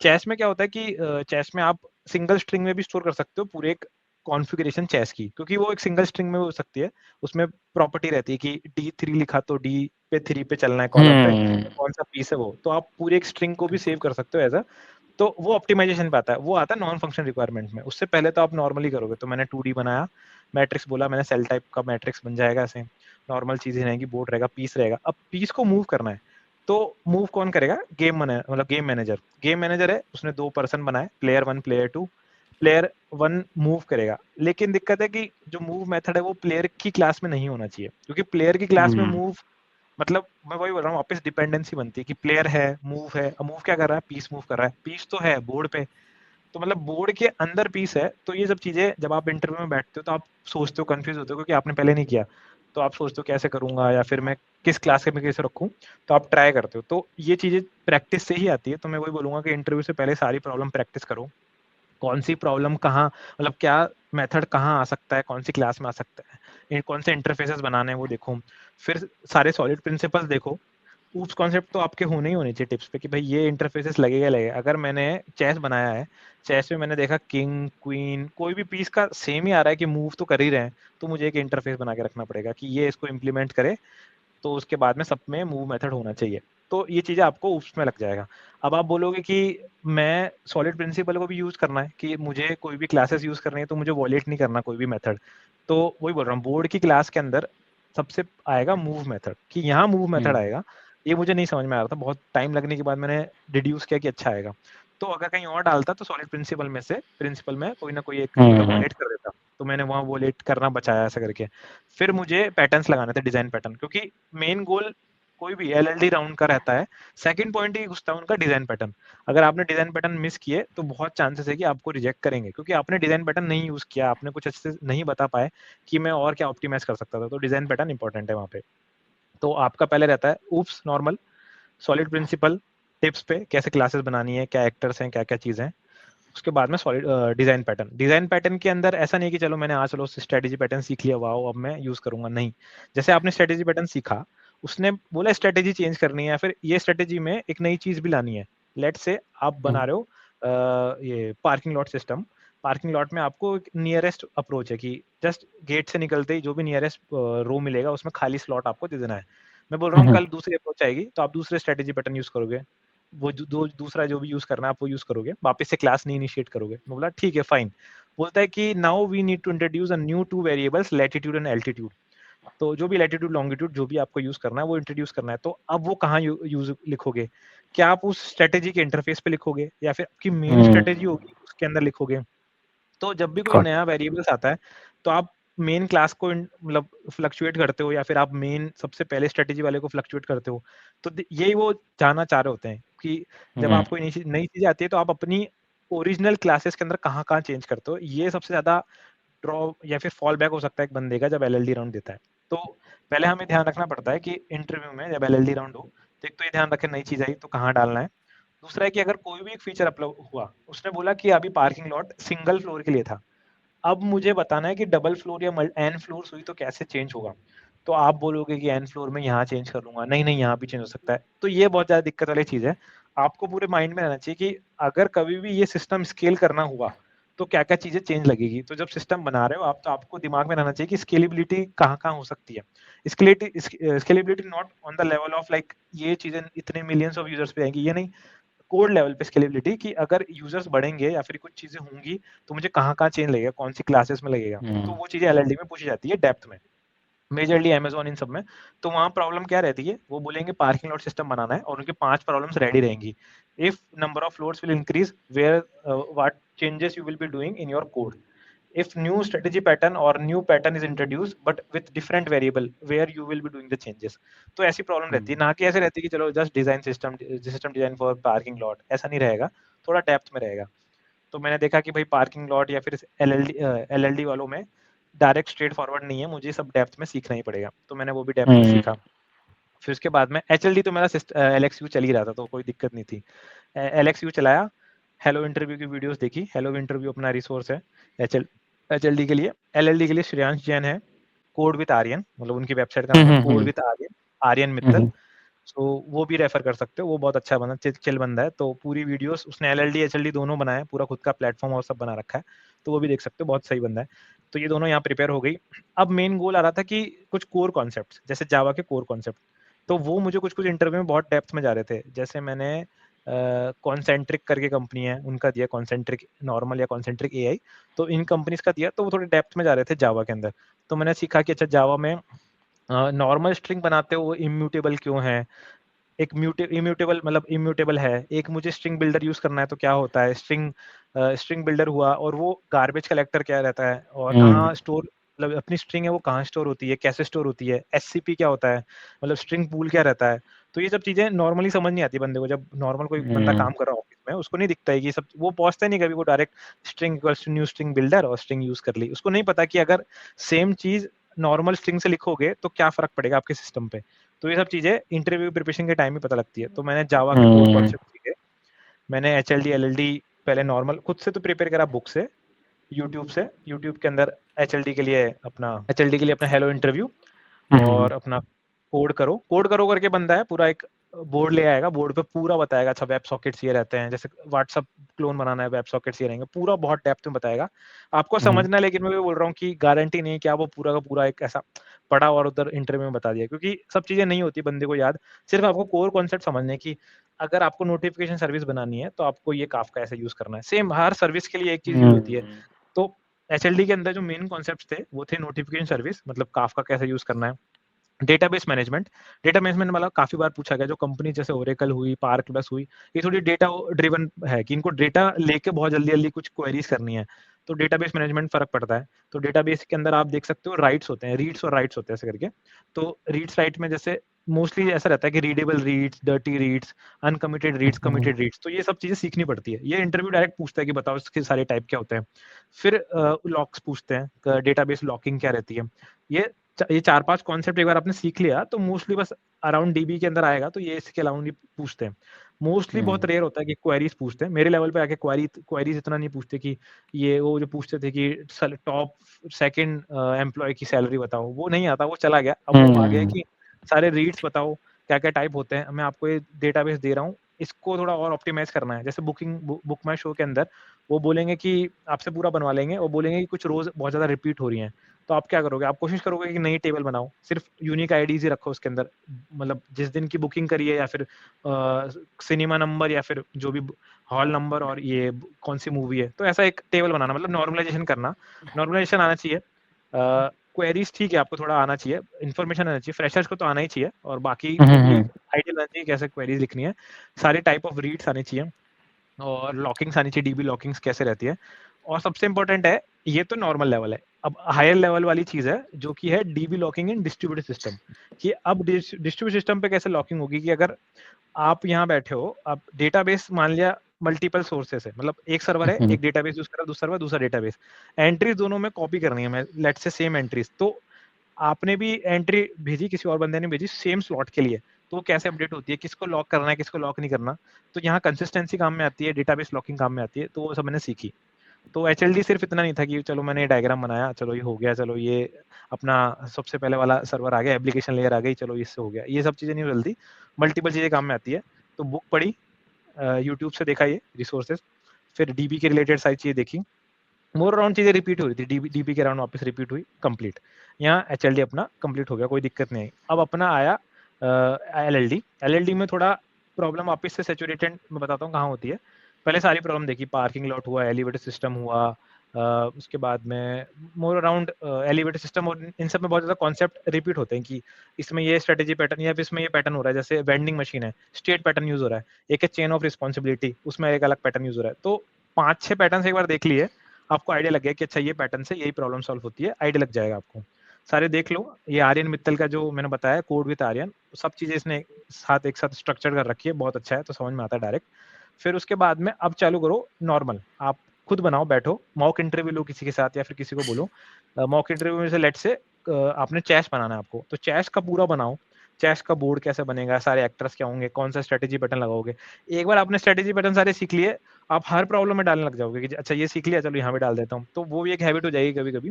तो आपको सारे पैटर्न सीखने हैं, लेकिन समझना है कि कौन सा कब लगाना है।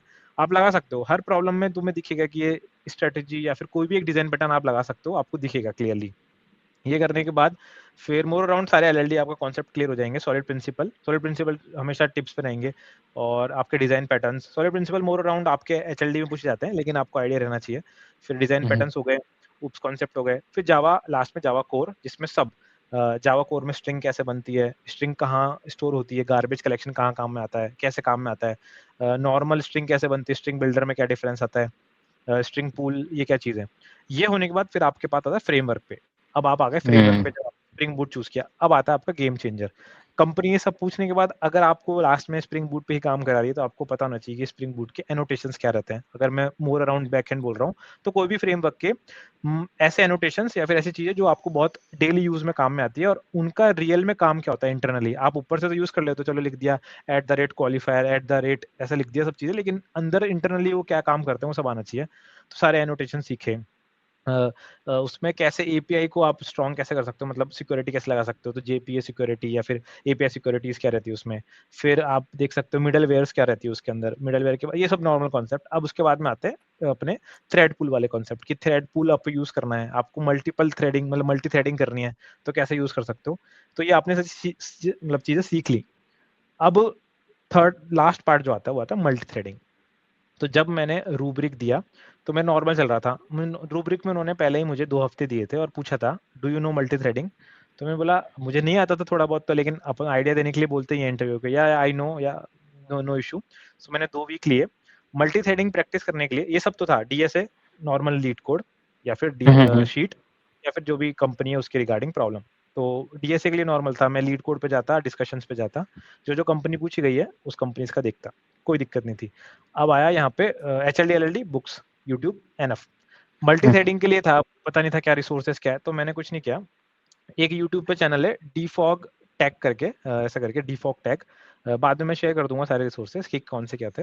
तो डीफॉग टैग के अंदर क्या बनता है कि वो पूरा डेप्थ में बताता है, सिंपल जावा मल्टी थ्रेडिंग रखता है, और बोलता है कि चालू उसकी वीडियो, सबसे पहली वीडियो चालू होती है कि so there is a thread which we are using in our PC और CPU which never dies. We always utilizing it again and again. It never dies. That's why we call it thread.sleep. We never tell like thread.dead or die something. तो वो चीजें वो बहुत depth में बताता है, और बहुत बहुत छोटी वीडियोस हैं उसकी, और बहुत इंटरेस्टिंग है। तो उससे पहले बहुत इंफॉर्मेशन, 30-40 वीडियोस है, लेकिन बहुत अच्छी है छोटी छोटी, तो समझ में आए कि अच्छा ये मल्टी थ्रेडिंग यहाँ काम में आता है, और ऐसे सिचुएशन में काम में आता है जहाँ पे आपको श्योरली मल्टी थ्रेडिंग लगती है। तो मैंने वो चीजें सीखी। फिर अब मुझे प्रॉब्लम करनी थी, क्योंकि मैंने देखा रूब्रिक में कोड कराते हैं मल्टी थ्रेडिंग रिलेटेड, तो वहाँ पे लिखा रहता है लीड कोड पे जाओगे, लीड कोड कॉन्करेंस से लिखोगे, सिंगल पेज आएगा, अराउंड 10 या 15 प्रॉब्लम्स होगी, वो सारी प्रॉब्लम कर लो मल्टी थ्रेडिंग की। वो मोर देन इनफ है मल्टी थ्रेडिंग का आपका दिमाग खोलने के लिए। वो कंप्लीट कर लिया आपने, खत्म, मल्टी थ्रेडिंग आ गई, आपको समझ में आ गया कि ये मल्टी थ्रेडिंग है। वो सिर्फ कोड बेस की तरफ है, लेकिन मैं बोल रहा हूँ इंटरव्यू में मेरे 2 राउंड हुए थे रूब्रिक में। एक था कोड बेस की तरफ, जो मैंने लीड कोड कॉन्करेंसी से निकाल लिया।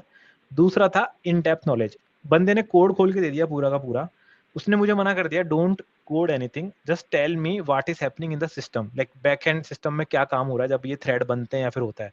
वो चीज मुझे सिर्फ वो डीफॉग वाली वीडियो थी यूट्यूब से, वो ही मुझे पता थी, इसलिए मैं बता पाया।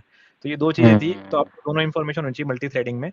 कोड लेवल पे कोड कैसे करना है, मेथड्स क्या लिखने हैं, कौन से मेथड लिखने हैं, जॉइन क्या काम में आता है, ये सब चीजें समझ में आए। फिर उसके बाद में आपको देखना है कि इन डेप्थ में कैसे काम कर रहा है मल्टी थ्रेडिंग।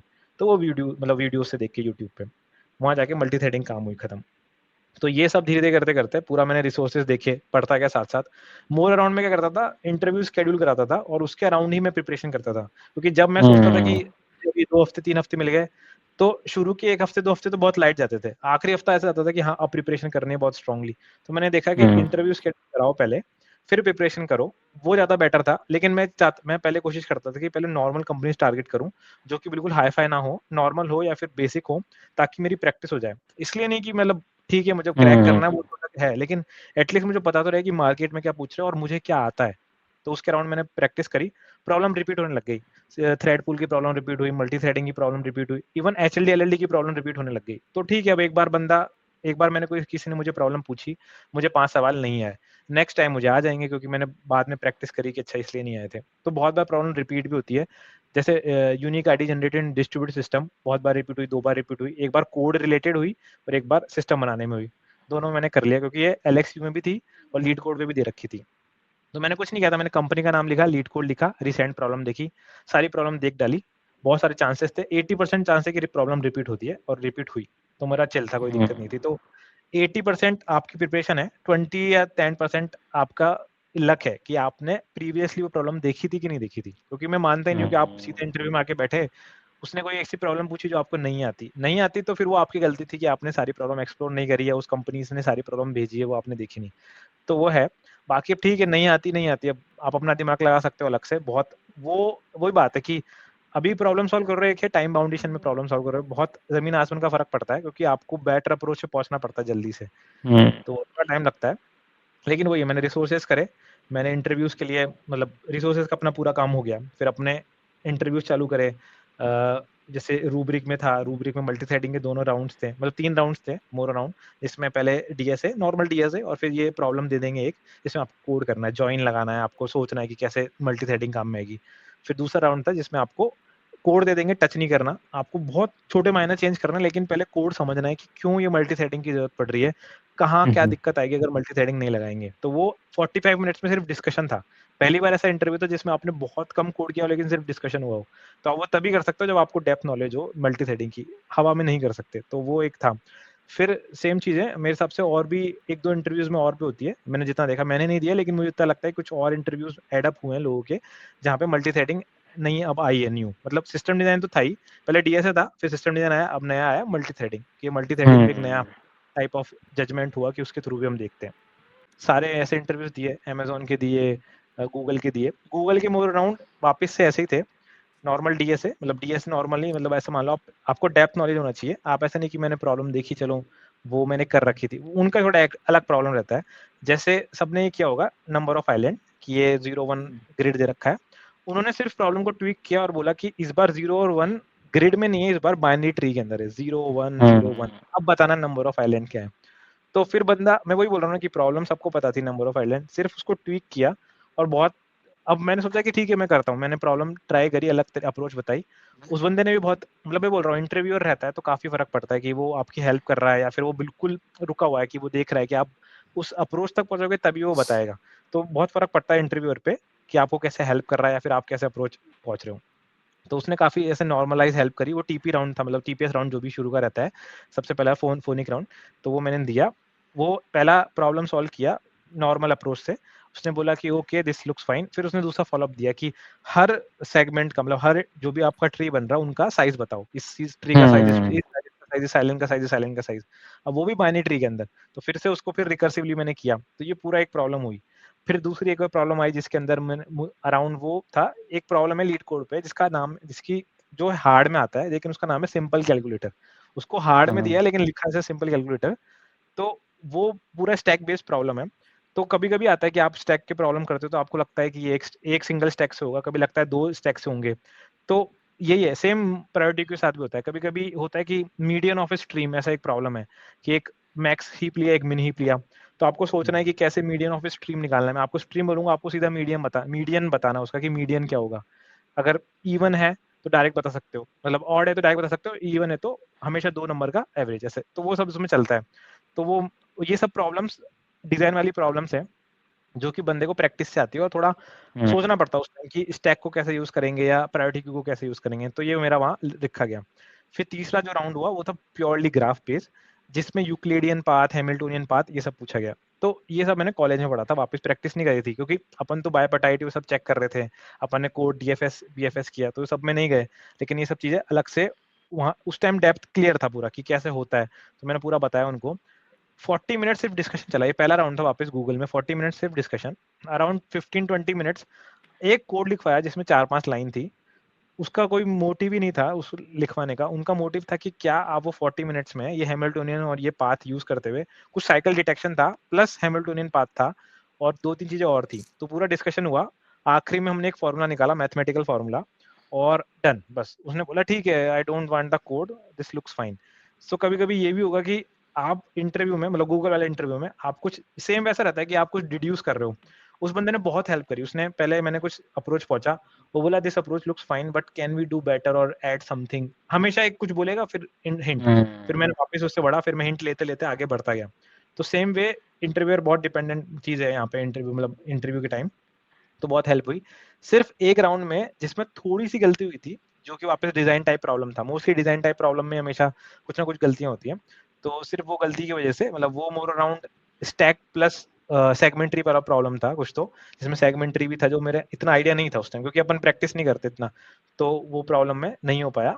तो सिर्फ एक रिजेक्शन की वजह से उन्होंने बोला कि ठीक है हम नहीं ले सकते, लेकिन मोस्टली होता है गूगल में, अगर आप 3/4 करते हो, 4/4 पे तो है, 3/4 पे भी वो चांसेस होता है कि वो आपको लेते हैं आगे डिजाइन उसके लिए, टीम मैचिंग के लिए, तो उसमें रहता है। फिर ये गूगल के राउंड था, अमेजोन के राउंड सिस्टम डिजाइन में थोड़ा एलएलडी में रह गए थे, लूडो में, बाकी सब चिल था, बाकी एचएलडी बहुत सही, डीएसए बहुत सही, ये सब बिल्कुल चिल थे। और अमेजोन के इंटरव्यू से बहुत हेल्प मिली, क्योंकि उसमें एलपी होती है, लीडरशिप प्रिंसिपल, और उससे आप सीखने को मिलता है कि वो पूछते हैं हमेशा कि what recent problem you have face in your like working as a working in a professional. So ये सब चीज सीखने के बाद आपको समझ में आता है कि अच्छा ये प्रॉब्लम ऐसे प्रिपेयर करनी है, क्योंकि आप कभी हायरिंग मैनेजर वाले राउंड के लिए प्रिपेयर करते नहीं स्पेसिफिकली, आप चिल रहते हो, आप ये किया ये किया, हायरिंग मैनेजर वाले में वो एकदम से आएगा, बोलेगा कि tell me the recent problem you face in your career, ऐसे करके। अब वो रीसेंट प्रॉब्लम टेक्निकल बोलूं नॉन टेक्निकल बोलूं और कैसे समझाऊं, बहुत फर्क पड़ता है। इवन जब मैं इसमें था माइक्रोसॉफ्ट में, इसका जो एचएल हायरिंग मैनेजर राउंड्स हुए, तो उसमें भी कुछ ऐसे प्रॉब्लम्स थे जो आपको नहीं समझ में आता। उसने बोला कि like why you want to join Microsoft, let's say, ये हमने बताया, हमने रट लिया, हमने कुछ चीजें याद कर ली, हम ऐसे ऐसे करते हैं, इसलिए मुझे पसंद है आना, जो कि आप कोशिश करते हो कि सामने वाले को कन्विंस करो। अब वो बंदा कन्विंस नहीं हो रहा, वो अराउंड 16 ईयर एक्सपीरियंस है, बंदा कन्विंस नहीं हो रहा, तो आप और तरीके से कन्विंस करते हो। उसने बोला ठीक है, वो कन्विंस हो गया बहुत टाइम में। फिर बोलता है कि how long you will be in this company. तो ये पहली बार सवाल है कि कोई पूछ रहा है कि इस कंपनी में कितने दिन तक रहोगे। तो ये बहुत ऐसे सवाल आते हैं जो आपको बहुत मतलब टेक्निकल तरीके से प्लस सोचने पे मजबूर करते हैं कि मैं क्या बोलूं, अगर मैं ऐसा कुछ बोलूंगा जो गलत हो जाएगा। तो ये सब इंटरव्यू देते देते ही समझ में आता है कि उस मूड क्या है उस थीम का, जब आपने इंटरव्यू, आपका इंटरव्यू कैसे गया है, उस सब पे फर्क पड़ता है।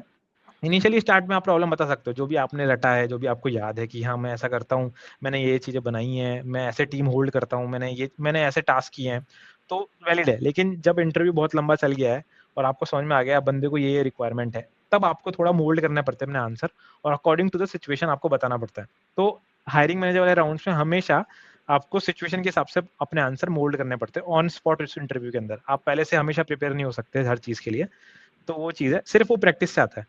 तो हायरिंग मैनेजर की ऐसे प्रैक्टिस हुई, सिर्फ इंटरव्यू दे देके। और एचएलडी एलएलडी अपना रिसोर्सेज थे ही, मतलब बुक्स हैं, और डीएसए अपन कंटिन्यू प्रैक्टिस करी थे लीड कोड पे। सो आई थिंक यही मोर अराउंड चीजें थी। और इंटरव्यू मुझे चाहिए था, तो मैंने क्या किया, जितने भी लोग थे, जितने मेरे आसपास लोग थे जो इंटरव्यू दे रहे हैं, सबसे नंबर निकाले।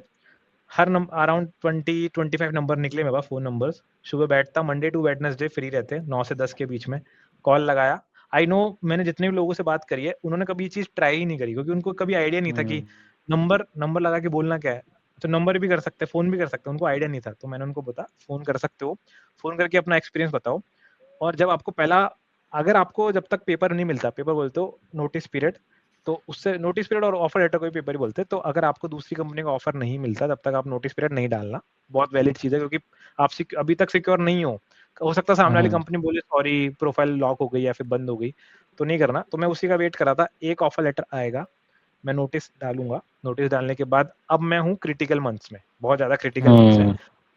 इसका बस एक एडवांटेज है जो मैं ले जाता था हमेशा, मैं बोलता था इंटरव्यू जो भी हायरिंग मैनेजर है, hey I am Piyush Nirala, I am having 3 और 4 years एक्सपीरियंस, जो भी 3.5 समथिंग ऐसे, इंटर्नशिप नहीं काउंट करते वो, इतना एक्सपीरियंस है।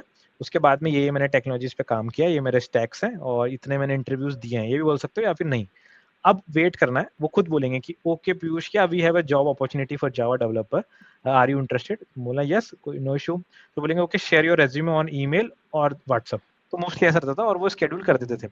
लेट से वो शेड्यूल नहीं करते थे, तो फिर मैंने एक और ट्रिक निकाली, फिर मैं बोलता था उनसे, या अगर वो इंटरेस्ट नहीं दिखाते, मैं बोलता हूँ या and I am also serving notice period and this is my last date of work, ऐसे करके है वर्किंग डे।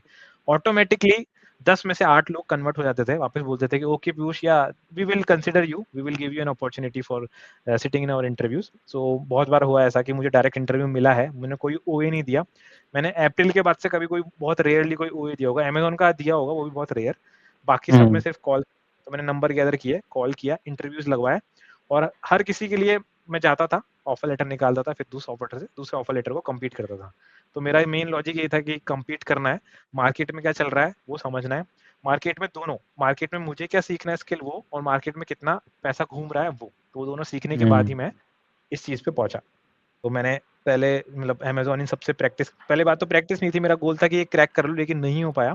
फिर मैंने दूसरी कंपनीज क्रैक, जो कि जैसे ऑक्टा हुई, डीपी वर्ल्ड हुई, पेयू हुआ, ये क्रैक करने के बाद पार्क प्लस हुआ, ये क्रैक करने के बाद ब्रिटिश पेट्रोलियम बीपी हुआ, ये करने के बाद मैंने इनसे चीजें सीखी। ऑफर लेटर तो कंप्लीट कर रहे थे, वो तो उनके पार्ट का अलग पार्ट था, लेकिन मैं क्या सीख रहा था, मैंने चीजें सीखी, फिर दूसरी कंपनीज में अप्लाई करी, रूब्रिक में, इन सब में। बहुत पहले था कि अगर 10 कंपनीज का दे रहा हूँ तो एक कंपनी या 2 कंपनी ही क्रैक हो पा रही, क्योंकि बाकी चीजें नहीं पता। फिर धीरे धीरे करके कन्वर्ट हुआ, क्योंकि पहले इंटरव्यूज नहीं आ रहे थे, फिर धीरे धीरे करके आने लगे और अप्लाई करने लगा मैं। पहले इंटरव्यूज आने के बाद थोड़ा नहीं परफॉर्म कर पा रहा था, क्योंकि चीजें नहीं आती थी, तो वो इम्प्रूव करी। हर टाइम पे ये लगता था कि यार फिर से कुछ कमी है, या तो कुछ मिस आउट कर रहा हूँ, हमेशा ये लगता था कि जब भी मैं कर रहा हूँ नहीं आता, या फिर नहीं हो रहा, यार ये चीज मैं पढ़ लेता तो काफी इंपॉर्टेंट होती। तो हर बार ये था, लेकिन हर किसी में मैंने लर्निंग करी, मैंने देखा कि नहीं यार ये नहीं आता, चलो ठीक है, काफका नहीं आता, पढ़ लेते हैं, काफका बुक से पढ़ा। अब मास्टर कार्ड का इंटरव्यू दिया तो उसने और हार्ड सवाल पूछे जो नहीं पता थे, फिर मैंने टेक्निकल चीजें समझी। ये दोनों काम में आई मुझे पार्क प्लस के इंटरव्यू में, जहाँ पे उसने बंदे ने प्रॉपर पूछा कि आपको एक बनाना है जैसे कार, जूम कार टाइप चीज बनानी है, या फिर ऐसी कार वाला सिस्टम जहाँ पे आप कार बुकिंग करते हो, और या फिर कार ऑन रेंट टाइप है। तो कार कहाँ अवेलेबल होती है, कार किन किन लोगों को नोटिफिकेशन जानी चाहिए, पूरा एक एक चीज है। तो उसने पूरा सिस्टम बनवाया मेरे से, पूरा पूछा कि कुछ अर्जेंट यूजर्स है जिनको तुरंत कार चाहिए, कुछ नॉर्मल यूजर है जिनको बाद में मिल सकती है। तो काफका का कैसा पूरा यूज था, पूरा उसने मुझे करना पड़ा, मतलब पूरा डेटाबेस साइड आल्सो, कि रीड्स राइट सब, क्वेरीज कहाँ ऑप्टिमाइजेशन हो सकती है, नॉर्मलाइजेशन, फिर उसके बाद में क्या क्या टेबल्स बनेंगी, टेबल्स टेबल्स अलग चीज थी डेटाबेस में, फिर सारे इसके डायग्राम्स एचएलडी के वो सारे मैंने बनाए। तो ये सब सिर्फ इतने बार इंटरव्यू में रिजेक्ट होने के बाद ही मैं कर पाया, क्योंकि अगर मैं नहीं रिजेक्ट होता तो फिर मुझे हमेशा, मुझे अगर पहले ही सेलेक्ट हो जाता मैं, तो मेरे पास दो चीज़ आती है, या तो मैं कंफर्टेबल हो जाता, या फिर मैं कभी इंप्रूव ही नहीं करता कि मुझे ये चीज़ें सीखनी है। तो मैंने सोचा कि ठीक है, अब रिजेक्ट हुए हैं, और बहुत बड़ी कंपनी से रिजेक्ट होती तो और बीटी होती कि अरे यार ये तो कर ही नहीं पाया इसके बाद। लेकिन साथ साथ और लोग कर रहे थे, आपका एनवायरनमेंट बहुत फर्क पड़ता है, तो वो कर रहे थे, तो मैंने भी लगा रहा, मैं नंबर्स लिए, कॉल लगाए, इंटरव्यूज शेड्यूल हुए।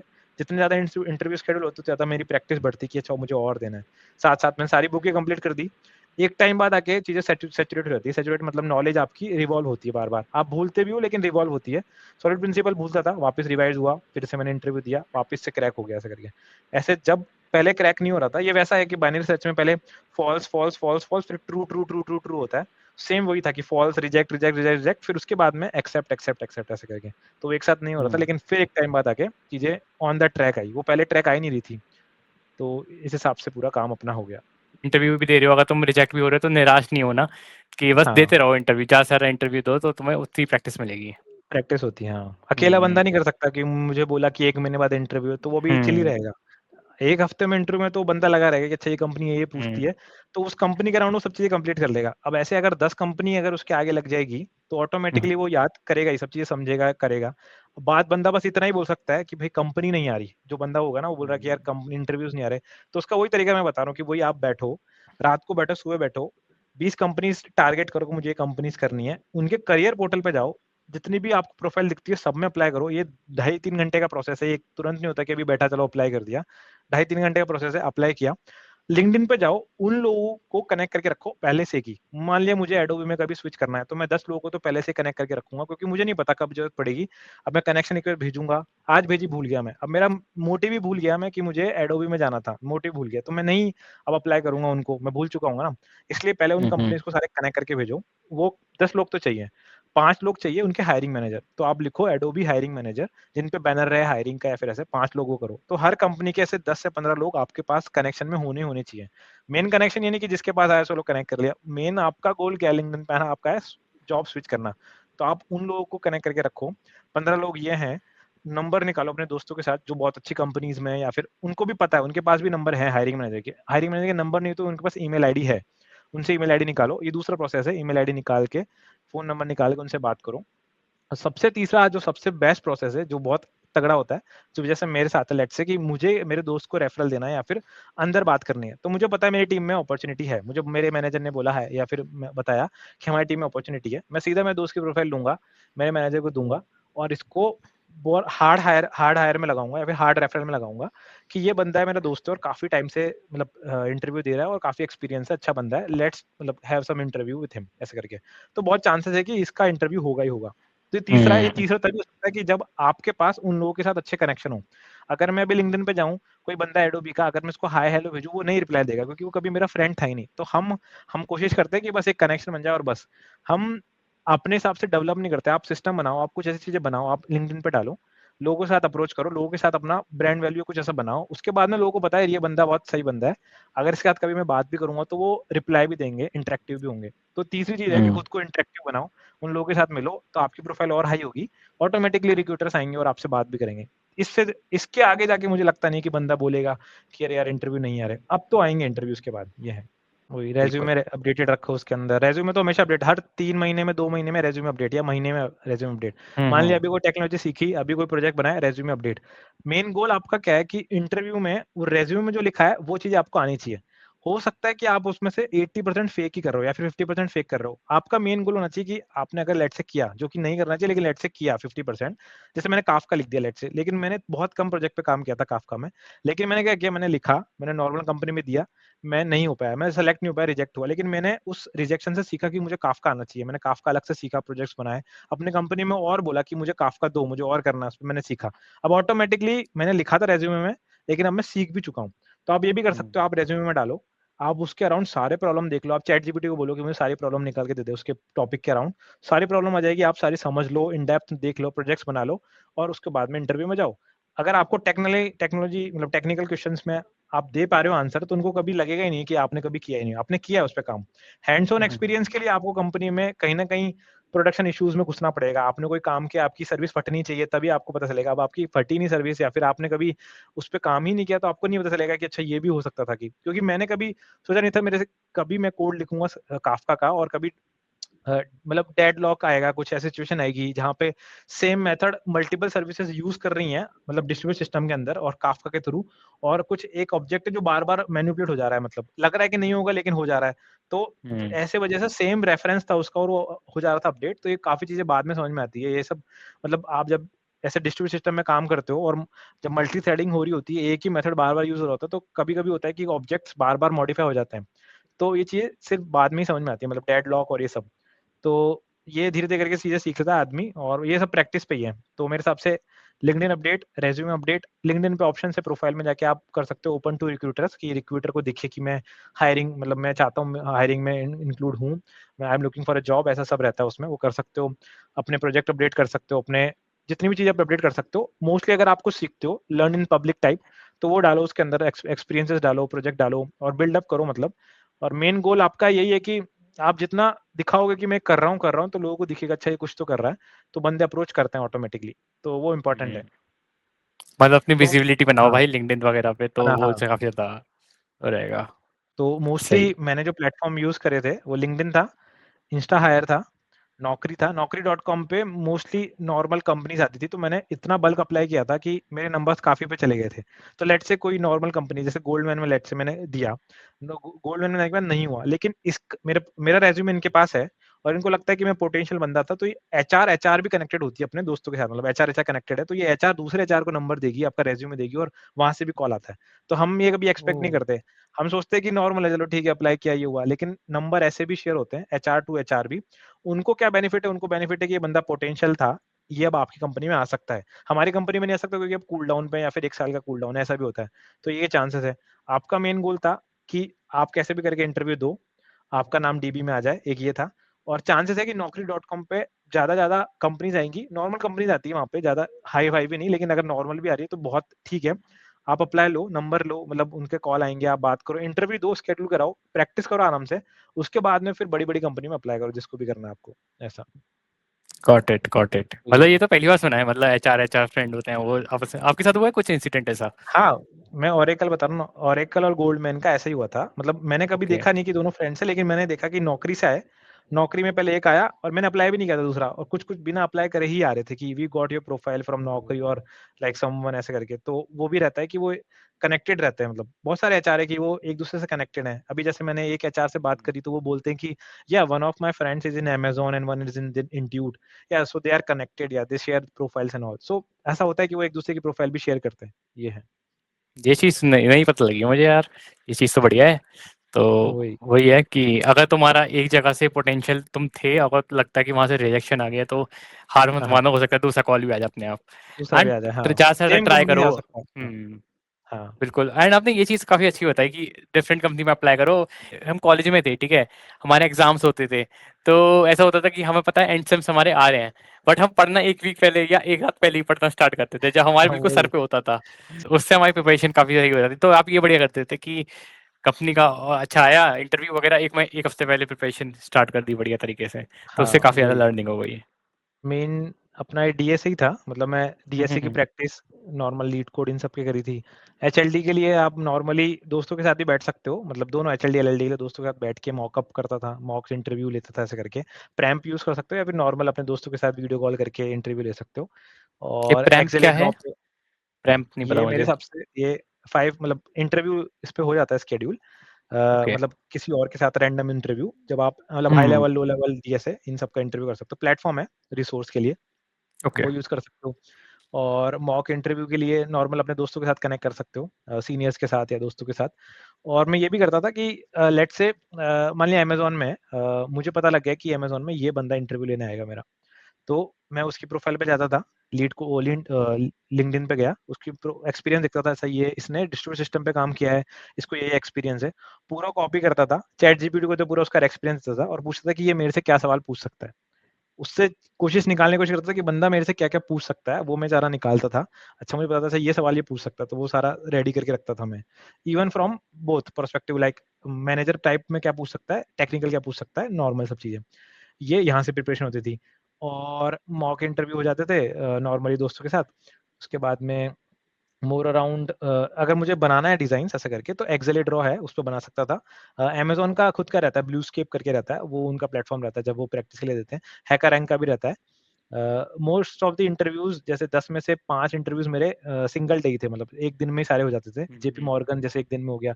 जेपी मॉर्गन मैंने 2 बार दिया, 1 बार दिया, फिर एक बार कुछ गलती हो गई थी, नेक्स्ट टाइम काफ़ी सही गया था। सिर्फ़ वो प्रोफ़ाइल ही खत्म हो गई थी उनकी, या फिर वो उन्होंने नहीं बताया कि क्या रिज़ल्ट है। तो काफ़ी बार होता है कि नहीं बताते वो रिज़ल्ट। अ, मोर अराउंड सबसे अ, एपिक जो था, जैसे ऑक्टा का था, ऑक्टा हुँ, काफ़ी हुँ। स्मूथ था, मतलब अ, अब ऑक्टा सब देख रहा था, मतलब पहले आया डीएसए लिया, डीएस में normal map, hash map mostly जो जो मोर अराउंड कंपनीज़ रहती है, वो ज़्यादातर जैसे सर्विस बेस्ड कंपनी जैसे करके, वो जैसे हैश मैप, डीबी इन साइड में घुसती है। तो ये थोड़ी प्रोडक्ट बेस्ड टाइप कंपनी थी, लेकिन इनका भी थोड़ा डीबी डीबी की तरफ था, डीबी और normal hash map type DSA problem, तो वो अपन ने करी। फिर इनका था एपीआई बनाना। वो बोलेंगे कि एक यूज़र दे रखा है स्लैश यूज़र, अब ये थोड़े अलग टाइप है। हम क्या एक्सपेक्ट करते हैं कि एचएलडी के अंदर पूरा डिज़ाइन बनाएँगे, एलएलडी में कोड लिखेंगे, इनका मिक्स था। पहले एचएलडी पूछ लिया, डिज़ाइन बनवा ली, अब बोलते हैं कि ठीक है we have some API slash user slash ये आपको बनानी है। आप कोई भी फ्रेमवर्क यूज़ कर सकते हो, तो पूरा कोड देंगे हैकररैंक का। कोड आप लिखोगे, कंट्रोलर बनाया, कंट्रोलर ये एपीआई पे हिट करेगा, तो आपने एपीआईज़ बनाई। वो थोड़ा कोड लॉजिक नहीं देखते, मतलब मेन वो नहीं देखते कि पूरा क्या-क्या सिंटैक्स है, सिर्फ मेन लॉजिक देखते हैं कि आपका लॉजिक क्या, आप कैसे बना पा रहे हो, वो चीज़ देखते हैं। फिर उसके अराउंड प्रॉब्लम होती है कि अगर ये 10-100 मिलियन 100 यूज़र्स हैं, अब ये मिलियन यूज़र होंगे, तो आपकी सर्विस में कहाँ चेंज आएगा? तब आपको हुँ, सोचना है हुँ। कि आपको मल्टी थ्रेडिंग करनी है कि नहीं करनी। अगर आपने गलती से बोल दिया कि I think multi threading can be used, तो अब बताना है कि मल्टी थ्रेडिंग कैसे यूज़ होगी, वो हो गया। फिर उसके बाद में इसमें ये लॉजिक्स थे, मतलब यूज़र्स के ऊपर चीज़ें पूछी गई, मतलब एपीआईज़ कैसे बनानी है, वो पूछी गई। तो एपीआई वाला पार्ट भी एक रहता है। तो एचएलडी रहता है, एचएलडी में मिक्स चीज़ें रहती है, एक एपीआईज़ बनाना में वाला भी रहता है। डीबी वाला अपन ने डिस्कस कर लिया कि रीड्स राइट्स क्या रहते हैं। उसके बाद में एलएलडी रहता है। तो मोर अराउंड इसमें एचएलडी था, एलएलडी इतना डेप्थ नहीं गए, सिर्फ एपीआईज़ बनाना था। और फिर हायरिंग मैनेजर राउंड्स थे। हायरिंग मैनेजर में बहुत प्रैक्टिस करने के बाद आप चीज़ें सीख ही जाते हो कि सामने वाले को कैसे मतलब खुश करना है कि आई वर्क्ड हुँ। On this technologies. और आप इतनी बार प्रैक्टिस कर लेते हो कि आपको पता रहता है कि आपका चैलेंजिंग प्रॉब्लम कौन-सा था, सबसे डिफिकल्ट प्रॉब्लम कौन-सा था, क्या आपकी लर्निंग्स थी, आपने क्या चीज़ें डिलीवर करी, कितने टाइम में डिलीवर करी, टाइमलाइन क्या थी, क्वालिटी क्या थी। तो इतनी ज़्यादा बार होती है कि शुरू में मैं लिख के रखता था। मैं ऐसे लिखता था कि ये मेरा एक्सपीरियंस है, ये मैंने प्रोजेक्ट करे। अच्छा 3 प्रोजेक्ट करे मैंने, इस बार कौन-सा बोलूँ इंटरव्यूअर को, ये वाला बोलूँ कि ये वाला बोलूँ। ये 10 इंटरव्यू के बाद खत्म, सब मिक्स हो गया है। अब नया ही प्रोजेक्ट है जो मैंने किया है, वो मैंने किया है लेकिन नया प्रोजेक्ट है, वो उसके बारे में पूरा मैं बताऊँगा डेप्थ में। और मुझे एक-एक सवाल का आंसर पता होगा कि why you haven't choose RabbitMQ rather than Kafka। इस सवाल का आंसर पता होना चाहिए। क्योंकि ये चीज़ें डिसीज़न लिए जाते हैं सीनियर लेवल पे। आप तो लेते नहीं हो डिसीजन ये, लेकिन वहाँ इंटरव्यू में पूछ लेते हैं क्योंकि आप तो SD2 पे जा रहे हो या फिर बड़े लेवल पे जा रहे हो, तो आपको इन सवाल का भी प्रैक्टिस होना चाहिए। तो मुझे इनिशियल इंटरव्यू में सवाल आ गए थे सारे के सारे कि मैंने क्या किया, मैंने 2 चीज़ें हमेशा करी अपने एक्सपीरियंस के अंदर कि मैंने जो रेज़्यूमे में लिखा है, चाहे अगर वो थोड़ा भी फेक हो या फिर लगे कि यार ये मेरे लेवल से थोड़ा ऊपर है, तो एटलीस्ट मैं लिखता हूँ उसको और उसके अराउंड सारी चैटजीपीटी से प्रॉब्लम निकाल के रखता हूँ कि मेरे से क्या पूछ सकते हैं। पहली प्रॉब्लम ये चीज़ थी। दूसरा था जब भी मैं अपने साथ में कंपनी के साथ काम कर रहा हूँ, जो मेरा सीनियर कर रहा है, वो भी मुझे पता होना चाहिए वो क्या कर रहा है। अगर कोई प्रोजेक्ट आया है, अगर वो 60% वो कर रहा है, 40% मैं कर रहा हूँ, तो 60% का भी मुझे पता होना चाहिए कि वो क्या कर रहा है। ताकि अगर मेरे जब मैं ये लिख रहा हूँ अपने रेज़्यूमे के अंदर, सामने वाला बंदा पूछेगा, ये तो आपने बनाया प्रोजेक्ट, क्योंकि आप पूरा खुद ये बोलोगे कि या I worked on this project, we got this project and I was the like owner of this project, I was trying to complete it. तो वो एक ही चीज़ पूछेगा कि रिक्वायरमेंट क्यों थी, क्यों बना रहे थे, क्या किसको दे रहे थे, यूज़र बेस कितना था, कॉन्करेंट यूज़र्स कितने थे। तो ये चीज़ें आपके सीनियर को पता है, आपको नहीं पता क्योंकि आपको क्या है, आप तो टास्क कर रहे हो, आप तो लगा आपको टास्क मिला, आपने टास्क कंप्लीट किया, आपका गोल इतना था। आप कभी इन डेप्थ में जाते नहीं हो। तो मैं इन डेप्थ में भी जाने लगा क्योंकि मुझे धीरे-धीरे समझ में आया कि इंटरव्यू में ये चीज़ें पूछते हैं।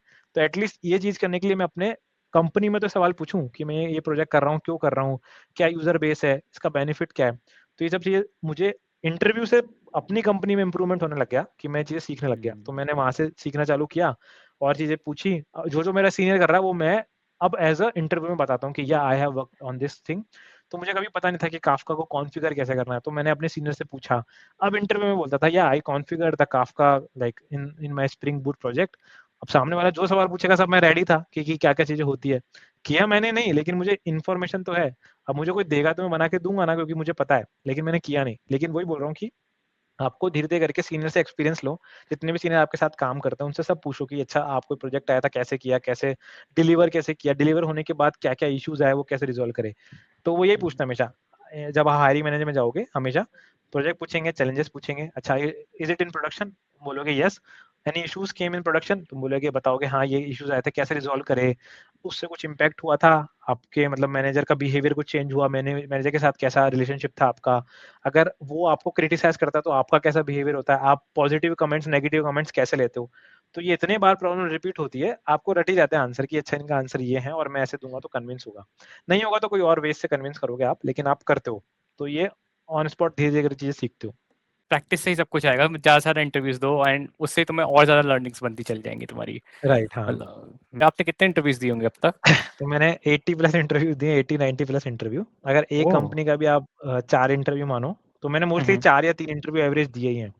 तो मैंने अराउंड 20 कंपनीज़ दी है, 20 या 25 कंपनीज़, हुँ, जिसमें हुँ। स्टार्टअप्स होंगे, 5-6 स्टार्टअप्स होंगे, फिर अपने अमेज़न है, गूगल है, उसके बाद में ये रूब्रिक हुई, गोल्डमैन 3 बार दिया बताया मैंने, तो 3 बार में हर बार हुँ, 2 बार इंटरव्यू या 3 बार इंटरव्यू दिया।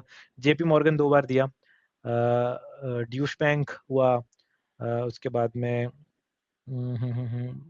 एटलेशन दिया मैंने, एटलेशन के 2 राउंड दिए। वो एटलेशन के काफ़ी राउंड थे, 7 राउंड थे, 6 या 7 राउंड्स थे। वहाँ तक नहीं पहुँच पाया क्योंकि उनकी प्रोफाइल बंद हो गई थी। वो काफ़ी अगस्त के टाइम ही कर रहे थे, उस टाइम कुछ-कुछ प्रोफाइल आती है और फिर बंद हो जाती है, तो वो दिक्कत थी। तो वो हुआ। अमेज़न का मैंने 4 राउंड थे, लेकिन 5 राउंड और हो गया था, एक्स्ट्रा राउंड ऐसे करके। तो कुछ कंपनीज़ में मतलब लिमिटेड राउंड थे, कुछ में मतलब बहुत आगे तक दिए। तो मैं एवरेज अगर 3 भी मान के चलूँ तो 20 कंपनी मैंने दिए थे, 20 या 25 मान के चलो ऐसे करके। ज़्यादा भी चले गया था, कभी आई थिंक 30 भी पहुँचा था मैं, क्योंकि मैंने डीपी वर्ल्ड दिया, ब्रिटिश पेट्रोलियम दिया, ऑक्टा दिया, कॉन्सेंट्रिक दिया। और उसके बाद मैं जो कंपनी दिखती थी, मैं देखा इसमें अप्लाई करता हूँ, नहीं होगा तो मैं कॉल करूँगा। ओरेकल में मैंने फ्रंट एंड दिया, फुल स्टैक दिया, ओनली बैकएंड भी दिया। इंस्टीट्यूट में 5 राउंड दिए। अब ओरेकल में सिर्फ 3-3 राउंड लेके भी चलोगे तो भी समझ में आ जाएगा। इंस्टीट्यूट में मैंने टोटल 5 राउंड दिए, एक ही दिन में सारे 5 राउंड दिए। फ्लिपकार्ट दिया, उसके बाद में सेल्सफोर्स दिया। सेल्सफोर्स मेरे हिसाब से लेट आया था, तो उस टाइम मैं नहीं हो पा रहा था।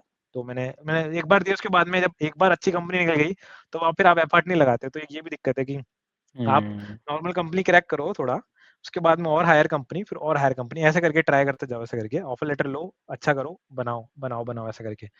तो मोस्टली मैंने सारी कंपनी टच कर ली थी, सिर्फ 1 या 2 कंपनी छोड़ के, जैसे मेटा हुई, डेटाब्रिक्स हुई, ये कंपनी छोड़ के, गिटलैब छोड़ के, बाकी सारी मैंने टच कर ली थी कंपनी, और सब पता लग गया था कि ये कंपनी में क्या पूछते हैं, क्या रहता है, क्या एनवायरनमेंट रहता है, कैसे लोग रहते हैं और क्या-क्या सवाल पूछते हैं। मास्टर कार्ड मैंने बताया था 2 बार दिया है, एक नॉर्मल प्रोफाइल के लिए था, नॉर्मल बैकएंड नॉर्मल ऐसे, और एक था फुल स्टैक के लिए। तो ये सब चीज़ें देखते-देखते बहुत ज़्यादा एक्सपीरियंस आ गया था। इन कंपनी बहुत हम्म, रिलेटेड थी, मास्टर कार्ड, गोल्डमैन, डीपी, काफ़ी रिलेटेड प्रॉब्लम्स थी सिस्टम डिज़ाइन की और डीएसए की और एचएलडी की। तो मुझे मतलब एचएलडी या फिर ऐसे, तो वो रिपीट ही हो रही थी प्रॉब्लम, तो मुझे कब ऐसा लगा हम्म। नहीं कि यार आज तो बहुत ज़्यादा प्रैक्टिस करनी पड़ेगी। वो सब चीज़ें एकदम से तो मान सकते हो समझ चुका हूँ, लर्न हो चुकी है, तो वैसा था। 90 प्लस आपने इंटरव्यूज वगैरह दे दिए। हाँ, सही है यार, वही, मतलब 30 प्लस कंपनीज में और 90 प्लस इंटरव्यूज तो काफ़ी बढ़िया वही। नंबर है। एंड हाँ, मुझे ये चीज़ बताओ, जैसे अगर मान लो मैं कल को गूगल में इंटरव्यू देता हूँ, तो किस हाँ। टॉपिक्स पे मैं सबसे ज़्यादा फोकस करूँ? क्योंकि वो तो तो डीएसए पहले ज़्यादा आप पूछती है of course. Hmm, hmm.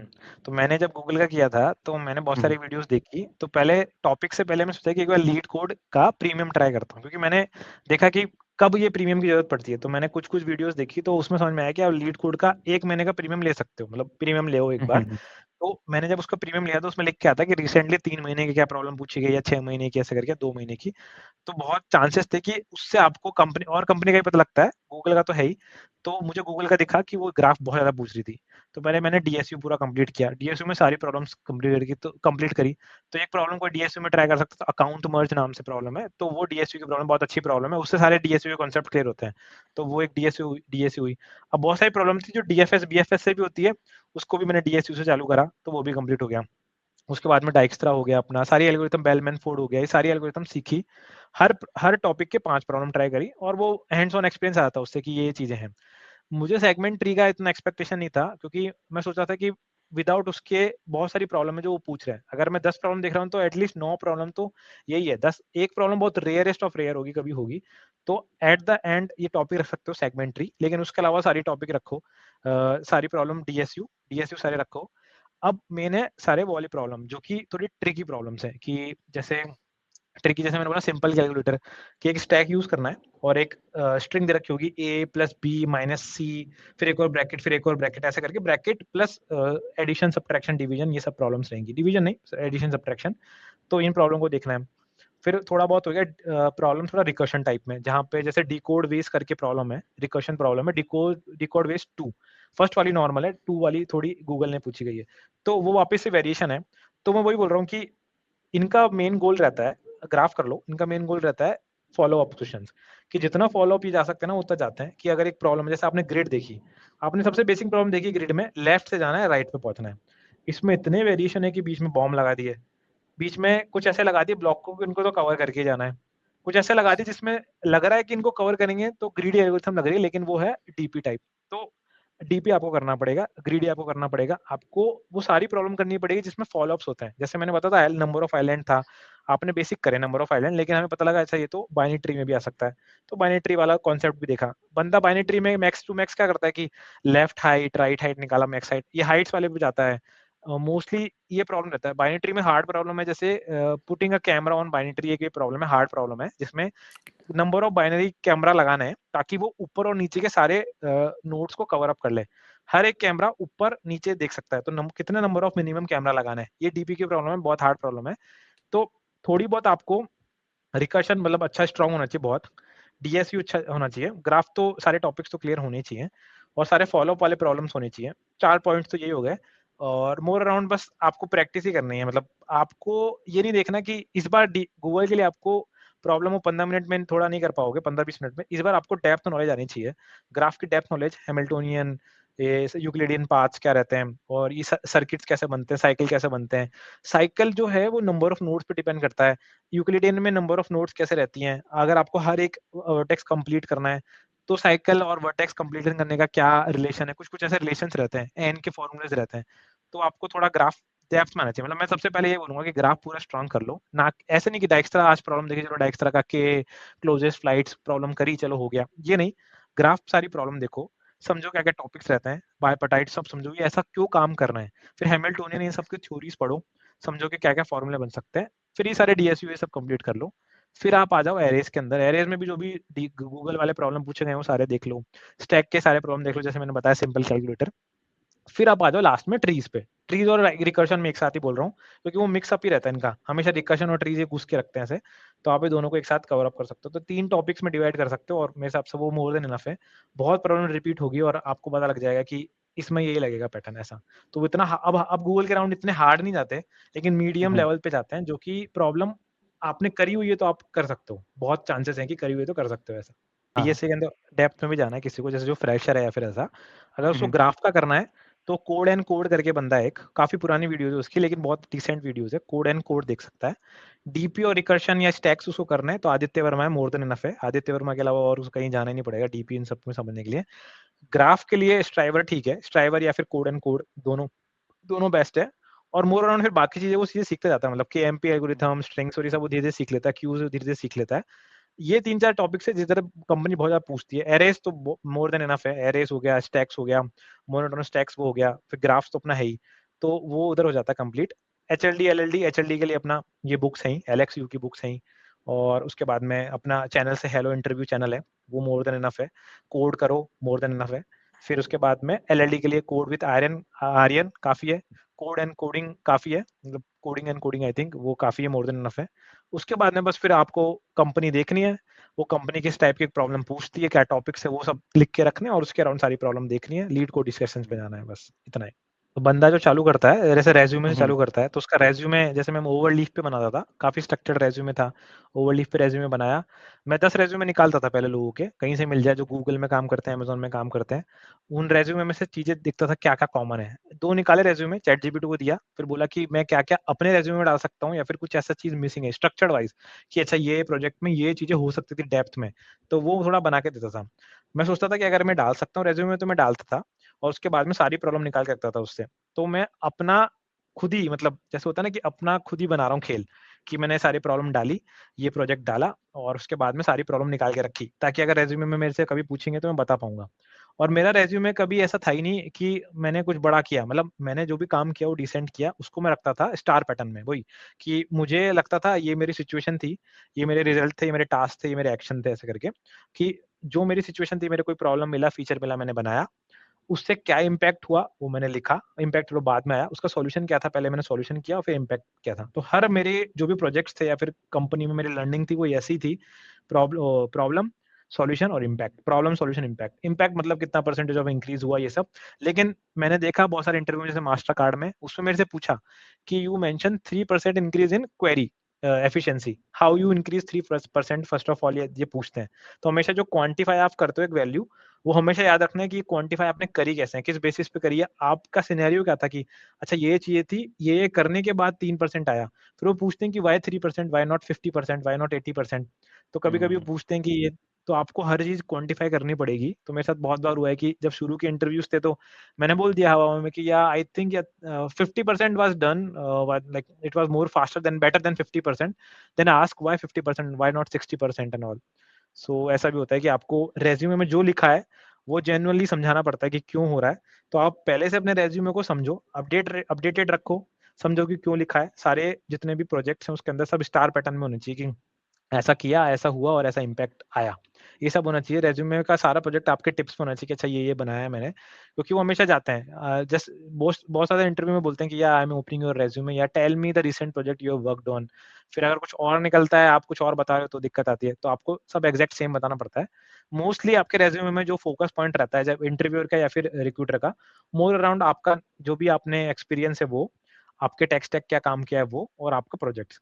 Internship बहुत रेयर कभी देखते नहीं है, अगर आप बहुत फ्रेशर हो तब कभी देखते हैं, इंटर्नशिप पे नहीं जाते हैं। सिर्फ आपने एक्सपीरियंस में क्या किया है वो भी सबसे पहला वाला लेटेस्ट एक्सपीरियंस वो देखते हैं, बाकी नहीं देखते हो ऐसे करके। जो मेरे साथ होता था कि सबसे बेस्ट ट्रिक जो इंटरव्यूज की रहती है वो हम रहता है कि हम कॉल करते हैं, और ये सबसे बेस्ट तरीका है, यूनिक तरीका है, इसके अलावा और सबसे बेस्ट हो नहीं सकता। सिर्फ वो हार्ड रेफरल है कि कोई बंदा आपको आपके कंपनी, उसी कंपनी में आपका नाम दे और सब बताए कि बहुत अच्छा बंदा है, पूरा एक पीओवी दे आपका, एक वो है। तो जब आपके पास कंपनीज की 10 लिस्ट आती है, लेट्स से आपके पास 10 कंपनीज है, 10 नंबर्स है, तो अब आपको एक लिस्ट बनानी पड़ती है। मतलब आप अपने एक पोर्टल बना सकते हो, या फिर आपके पास एक नोशन का पेज यूज कर सकते हो, एप्लीकेशन ट्रैकर नाम से, ऐसे करके आप कंपनीज लिखो, फोन नंबर लिखो, और पूरा ट्रैक करो कि मैंने इतने बजे कॉल किया था, ये रिप्लाई आया, ये है। क्योंकि जब आप जब ये प्रोसेस में आ जाओगे इन डेप्थ में, इनिशियली जब आप बहुत लाइटली कर रहे हो तो फर्क नहीं पड़ेगा, लेकिन जब आप इन डेप्थ में आ चुके होंगे कि ये मुझे कंपनीज, मैंने 15-20 कंपनीज में अप्लाई कर रहा हूँ, तो कौन सी कंपनी का क्या रिप्लाई आया, कौन सी कंपनी का नहीं आया, ये ट्रैक करने में बहुत दिक्कत आती है। तो एक एप्लीकेशन ट्रैकर रखो, एक्सेल शीट रखो, एप्लीकेशन ट्रैकर, वहाँ लिखो कि कंपनीज को मुझे ये अप्लाई किया था मैंने, इसका ये रिप्लाई आया है, एक का नहीं आया, इसको कल फिर से कॉल करूंगा। तो ये सब चीजें एक प्रोसेस में रखते हो तो काफी मतलब हैबिट में आ जाता है कि अच्छा ये कंपनी हो गई, ये कंपनी नहीं हुई है, ऐसा हम्म, गॉट इट। तो मतलब पूरा आप एक्सेल वगैरह बना के पूरा ट्रैक वगैरह करते थे ये सब चीज़ें? करते थे। हाँ, वही। हाँ। हाँ, तो इसी के लिए जैसे जब मैं गूगल की प्रिपरेशन कर रहा था, तो I think there is a page hmm, on LeetCode, Google एक बंदे ने लिखा है, उसने पूरा डेढ़ साल या 1 साल पूरा लगाया। उसने पूरी ओके। एक एक्सेल शीट बनाई है कि उसने क्या-क्या प्रिपेयर किया, कौन-सी प्रॉब्लम ली थी, उस प्रॉब्लम में उसको क्या नहीं आता था, क्या आता था, उसने एक पूरी शीट ऐसे बनाई थी। I think he didn't put the sheet link, but उसने वो एक इमेजेस डाली है।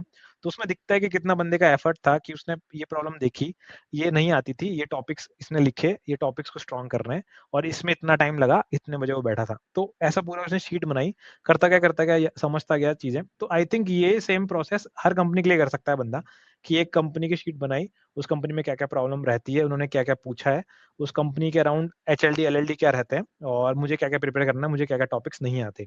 तो धीरे-धीरे करते-करते उस बंदे को टॉपिक्स ही मिल जाएँगे और दोनों है, मतलब ये टॉपिक की शीट भी बना सकता है और जब ये एप्लीकेशन ट्रैकर कर रहा है तो उसमें जैसे मैं स्टेटस नाम से एक ब्लॉक रखता था कि कॉल मतलब रिसीव्ड हुआ या ऑफर एक्सेप्टेड, ऑफर रिजेक्टेड, या फिर ये सब मैं टॉपिक्स रखता था। तो मुझे पता रहता था कि इसमें अब कॉल नहीं करना या फिर इसमें तो हो गया, या फिर इस कंपनी को फिर से मुझे वापस से मेल भेजना है कि like can my profile can go further again, ऐसा करके।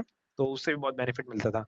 तो बंदे के हम्म। पास 2 चीज़ें होनी चाहिए, एक एप्लीकेशन ट्रैकर और उसको परफॉर्मेंस ट्रैकर, या फिर अपने डेली ट्रैकर कि वो क्या-क्या कर चुका है अभी तक। अब मुझे पर्सनली बहुत चीज़ें सीखने को मिली, क्योंकि as hmm, I am also fresh in this industry, तो मुझे भी करेक्ट। पता लगा कि भाई क्या क्या चीज़ें होती हैं, कुछ कुछ चीज़ें हमें मुझे नहीं पता लगी। तो जैसे उस वाली बुक के बारे में मुझे नहीं पता था जो आपने बताई, लेकिन जैसे हाँ, आपने हाँ। बताया कि उसमें हर हम टॉप से टॉप केसेस सॉर्ट कर सकें, वो कैसे होता है वो सब चीज़ें, तो डेफिनेटली मैं भी वो चेकआउट करूंगा, वो चीज़ मैं करूंगा। हाँ, वो 1 हफ्ते की तो बुक है, आराम से एक बंदा पढ़ हम्म, सकता है, बहुत इंटरेस्टिंग है और हम्म, उससे 4 से 5 इंटरव्यू मैंने निकाले हैं। सिर्फ़ उस बुक को पढ़ के, मैंने कोई अलग से वीडियो नहीं देखी, सिर्फ़ बुक पढ़ी, इंटरव्यू दिया, हो गया। क्योंकि वो कॉन्सेप्ट डायरेक्ट थे, तो मुझे ऐसा कुछ हार्ड एंड फास्ट रूल लगाने की ज़रूरत नहीं पड़ी, मुझे चीज़ें समझ में आ गई थी। सिर्फ़ कुछ टेक्निकल कंपनीज़ है जैसे रूब्रिक हुई, अब इनके राउंड्स कुछ हार्ड हो सकते हैं। जैसे किसी को फ़ाइल अपलोड करना है, तो उसको पता होना चाहिए कि फ़ाइल को कैसे चंक में तोड़ना है। आप कोई नोटिफ़िकेशन सर्विस यूज़ कर रहे हो, तो आपको कैसे वो ब्लॉक को भेजना है। अगर आपने छोटे-छोटे ब्लॉक भेजे तो उनकी ऑर्डरिंग क्या है? तो अगर आप बुक से पढ़ोगे तो वो बंदा लिख देगा कि so they will be ordering, ordering will be managed by this and all. But जब आप टेक्निकली जब इंटरव्यू दे रहे होंगे तो आपको ये चीज़ें नहीं क्लिक करेंगे कि अच्छा ऑर्डरिंग कैसे मैनेज होती है? काफ़का में ऑर्डरिंग हो पाती है कि नहीं हो पाती? तो ये सब चीज़ों में थोड़ा डिफिकल्टी आती है, लेकिन बंदा इंटरव्यू देता है तो ऑटोमैटिकली चीज़ें सीखने को मिलती है उसको। तो आई थिंक बंदे को लगे रहना चाहिए, अगर वो रिजेक्ट हो हाँ, रहा है या फिर वो उसको फ़र्क नहीं पड़ना चाहिए कि मैं कंपनी जा रहा हूँ, मैं इंटरव्यू दे रहा हूँ, वो मोर देन इनफ है। रिजेक्ट होगा वो ठीक है, क्योंकि आपका नाम डेटाबेस के अंदर आएगा, आपका फिर से कॉल आएगा, ये याद रखना है। शुरू में वही रहेगा बाइनरी सर्च जैसा, फॉल्स, फॉल्स, फॉल्स, फॉल्स, फिर एक टाइम आएगा ट्रू, ट्रू, ट्रू, ट्रू।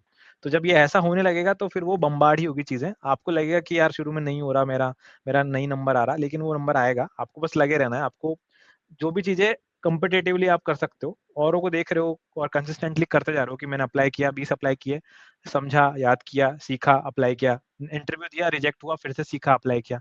तो ये रिपीटेड प्रोसेस है और एक टाइम बाद आके ये चीज़ें सैचुरेट हो जाएगी तो आपको एफर्ट लगाना नहीं पड़ेगा, ये सब एफर्टलेस होगा। तो वही बात है, आपको लगे रहना है बस। हाँ, तो भाई कैसा लगा पॉडकास्ट? तो भाई जितना इन डिटेल तुमने देखा होगा ना उस समय, बस बहुत ज़्यादा इन डिटेल था, ठीक है, सब कुछ बहुत ज़्यादा अच्छे से ब्रेक डाउन था सब चीज़ों का, मतलब कोई नहीं बताता ये सब चीज़, तो मैं तो नहीं देखा ये सब किसी ने चीज़ बताई हो, ठीक है। अगर तुम्हें कुछ भी अच्छा लगा हो मतलब इस पॉडकास्ट में, ठीक है, तुम्हें बहुत कुछ सीखने को मिला होगा, अगर कुछ भी तुम इधर तक देख भी रहे हो ना तब भी तुम्हारे लिए अचीवमेंट है। तो एक लाइक कमेंट करना एंड बताना कि तुमने पूरा देखा है पॉडकास्ट वगैरह, ठीक है। एंड मैं हर हफ्ते एक पॉडकास्ट डालता हूँ, तो कमेंट में तुम बता भी सकते हो कि किसको नेक्स्ट एपिसोड में लाना चाहिए, ठीक है। तो चलते हैं फिर।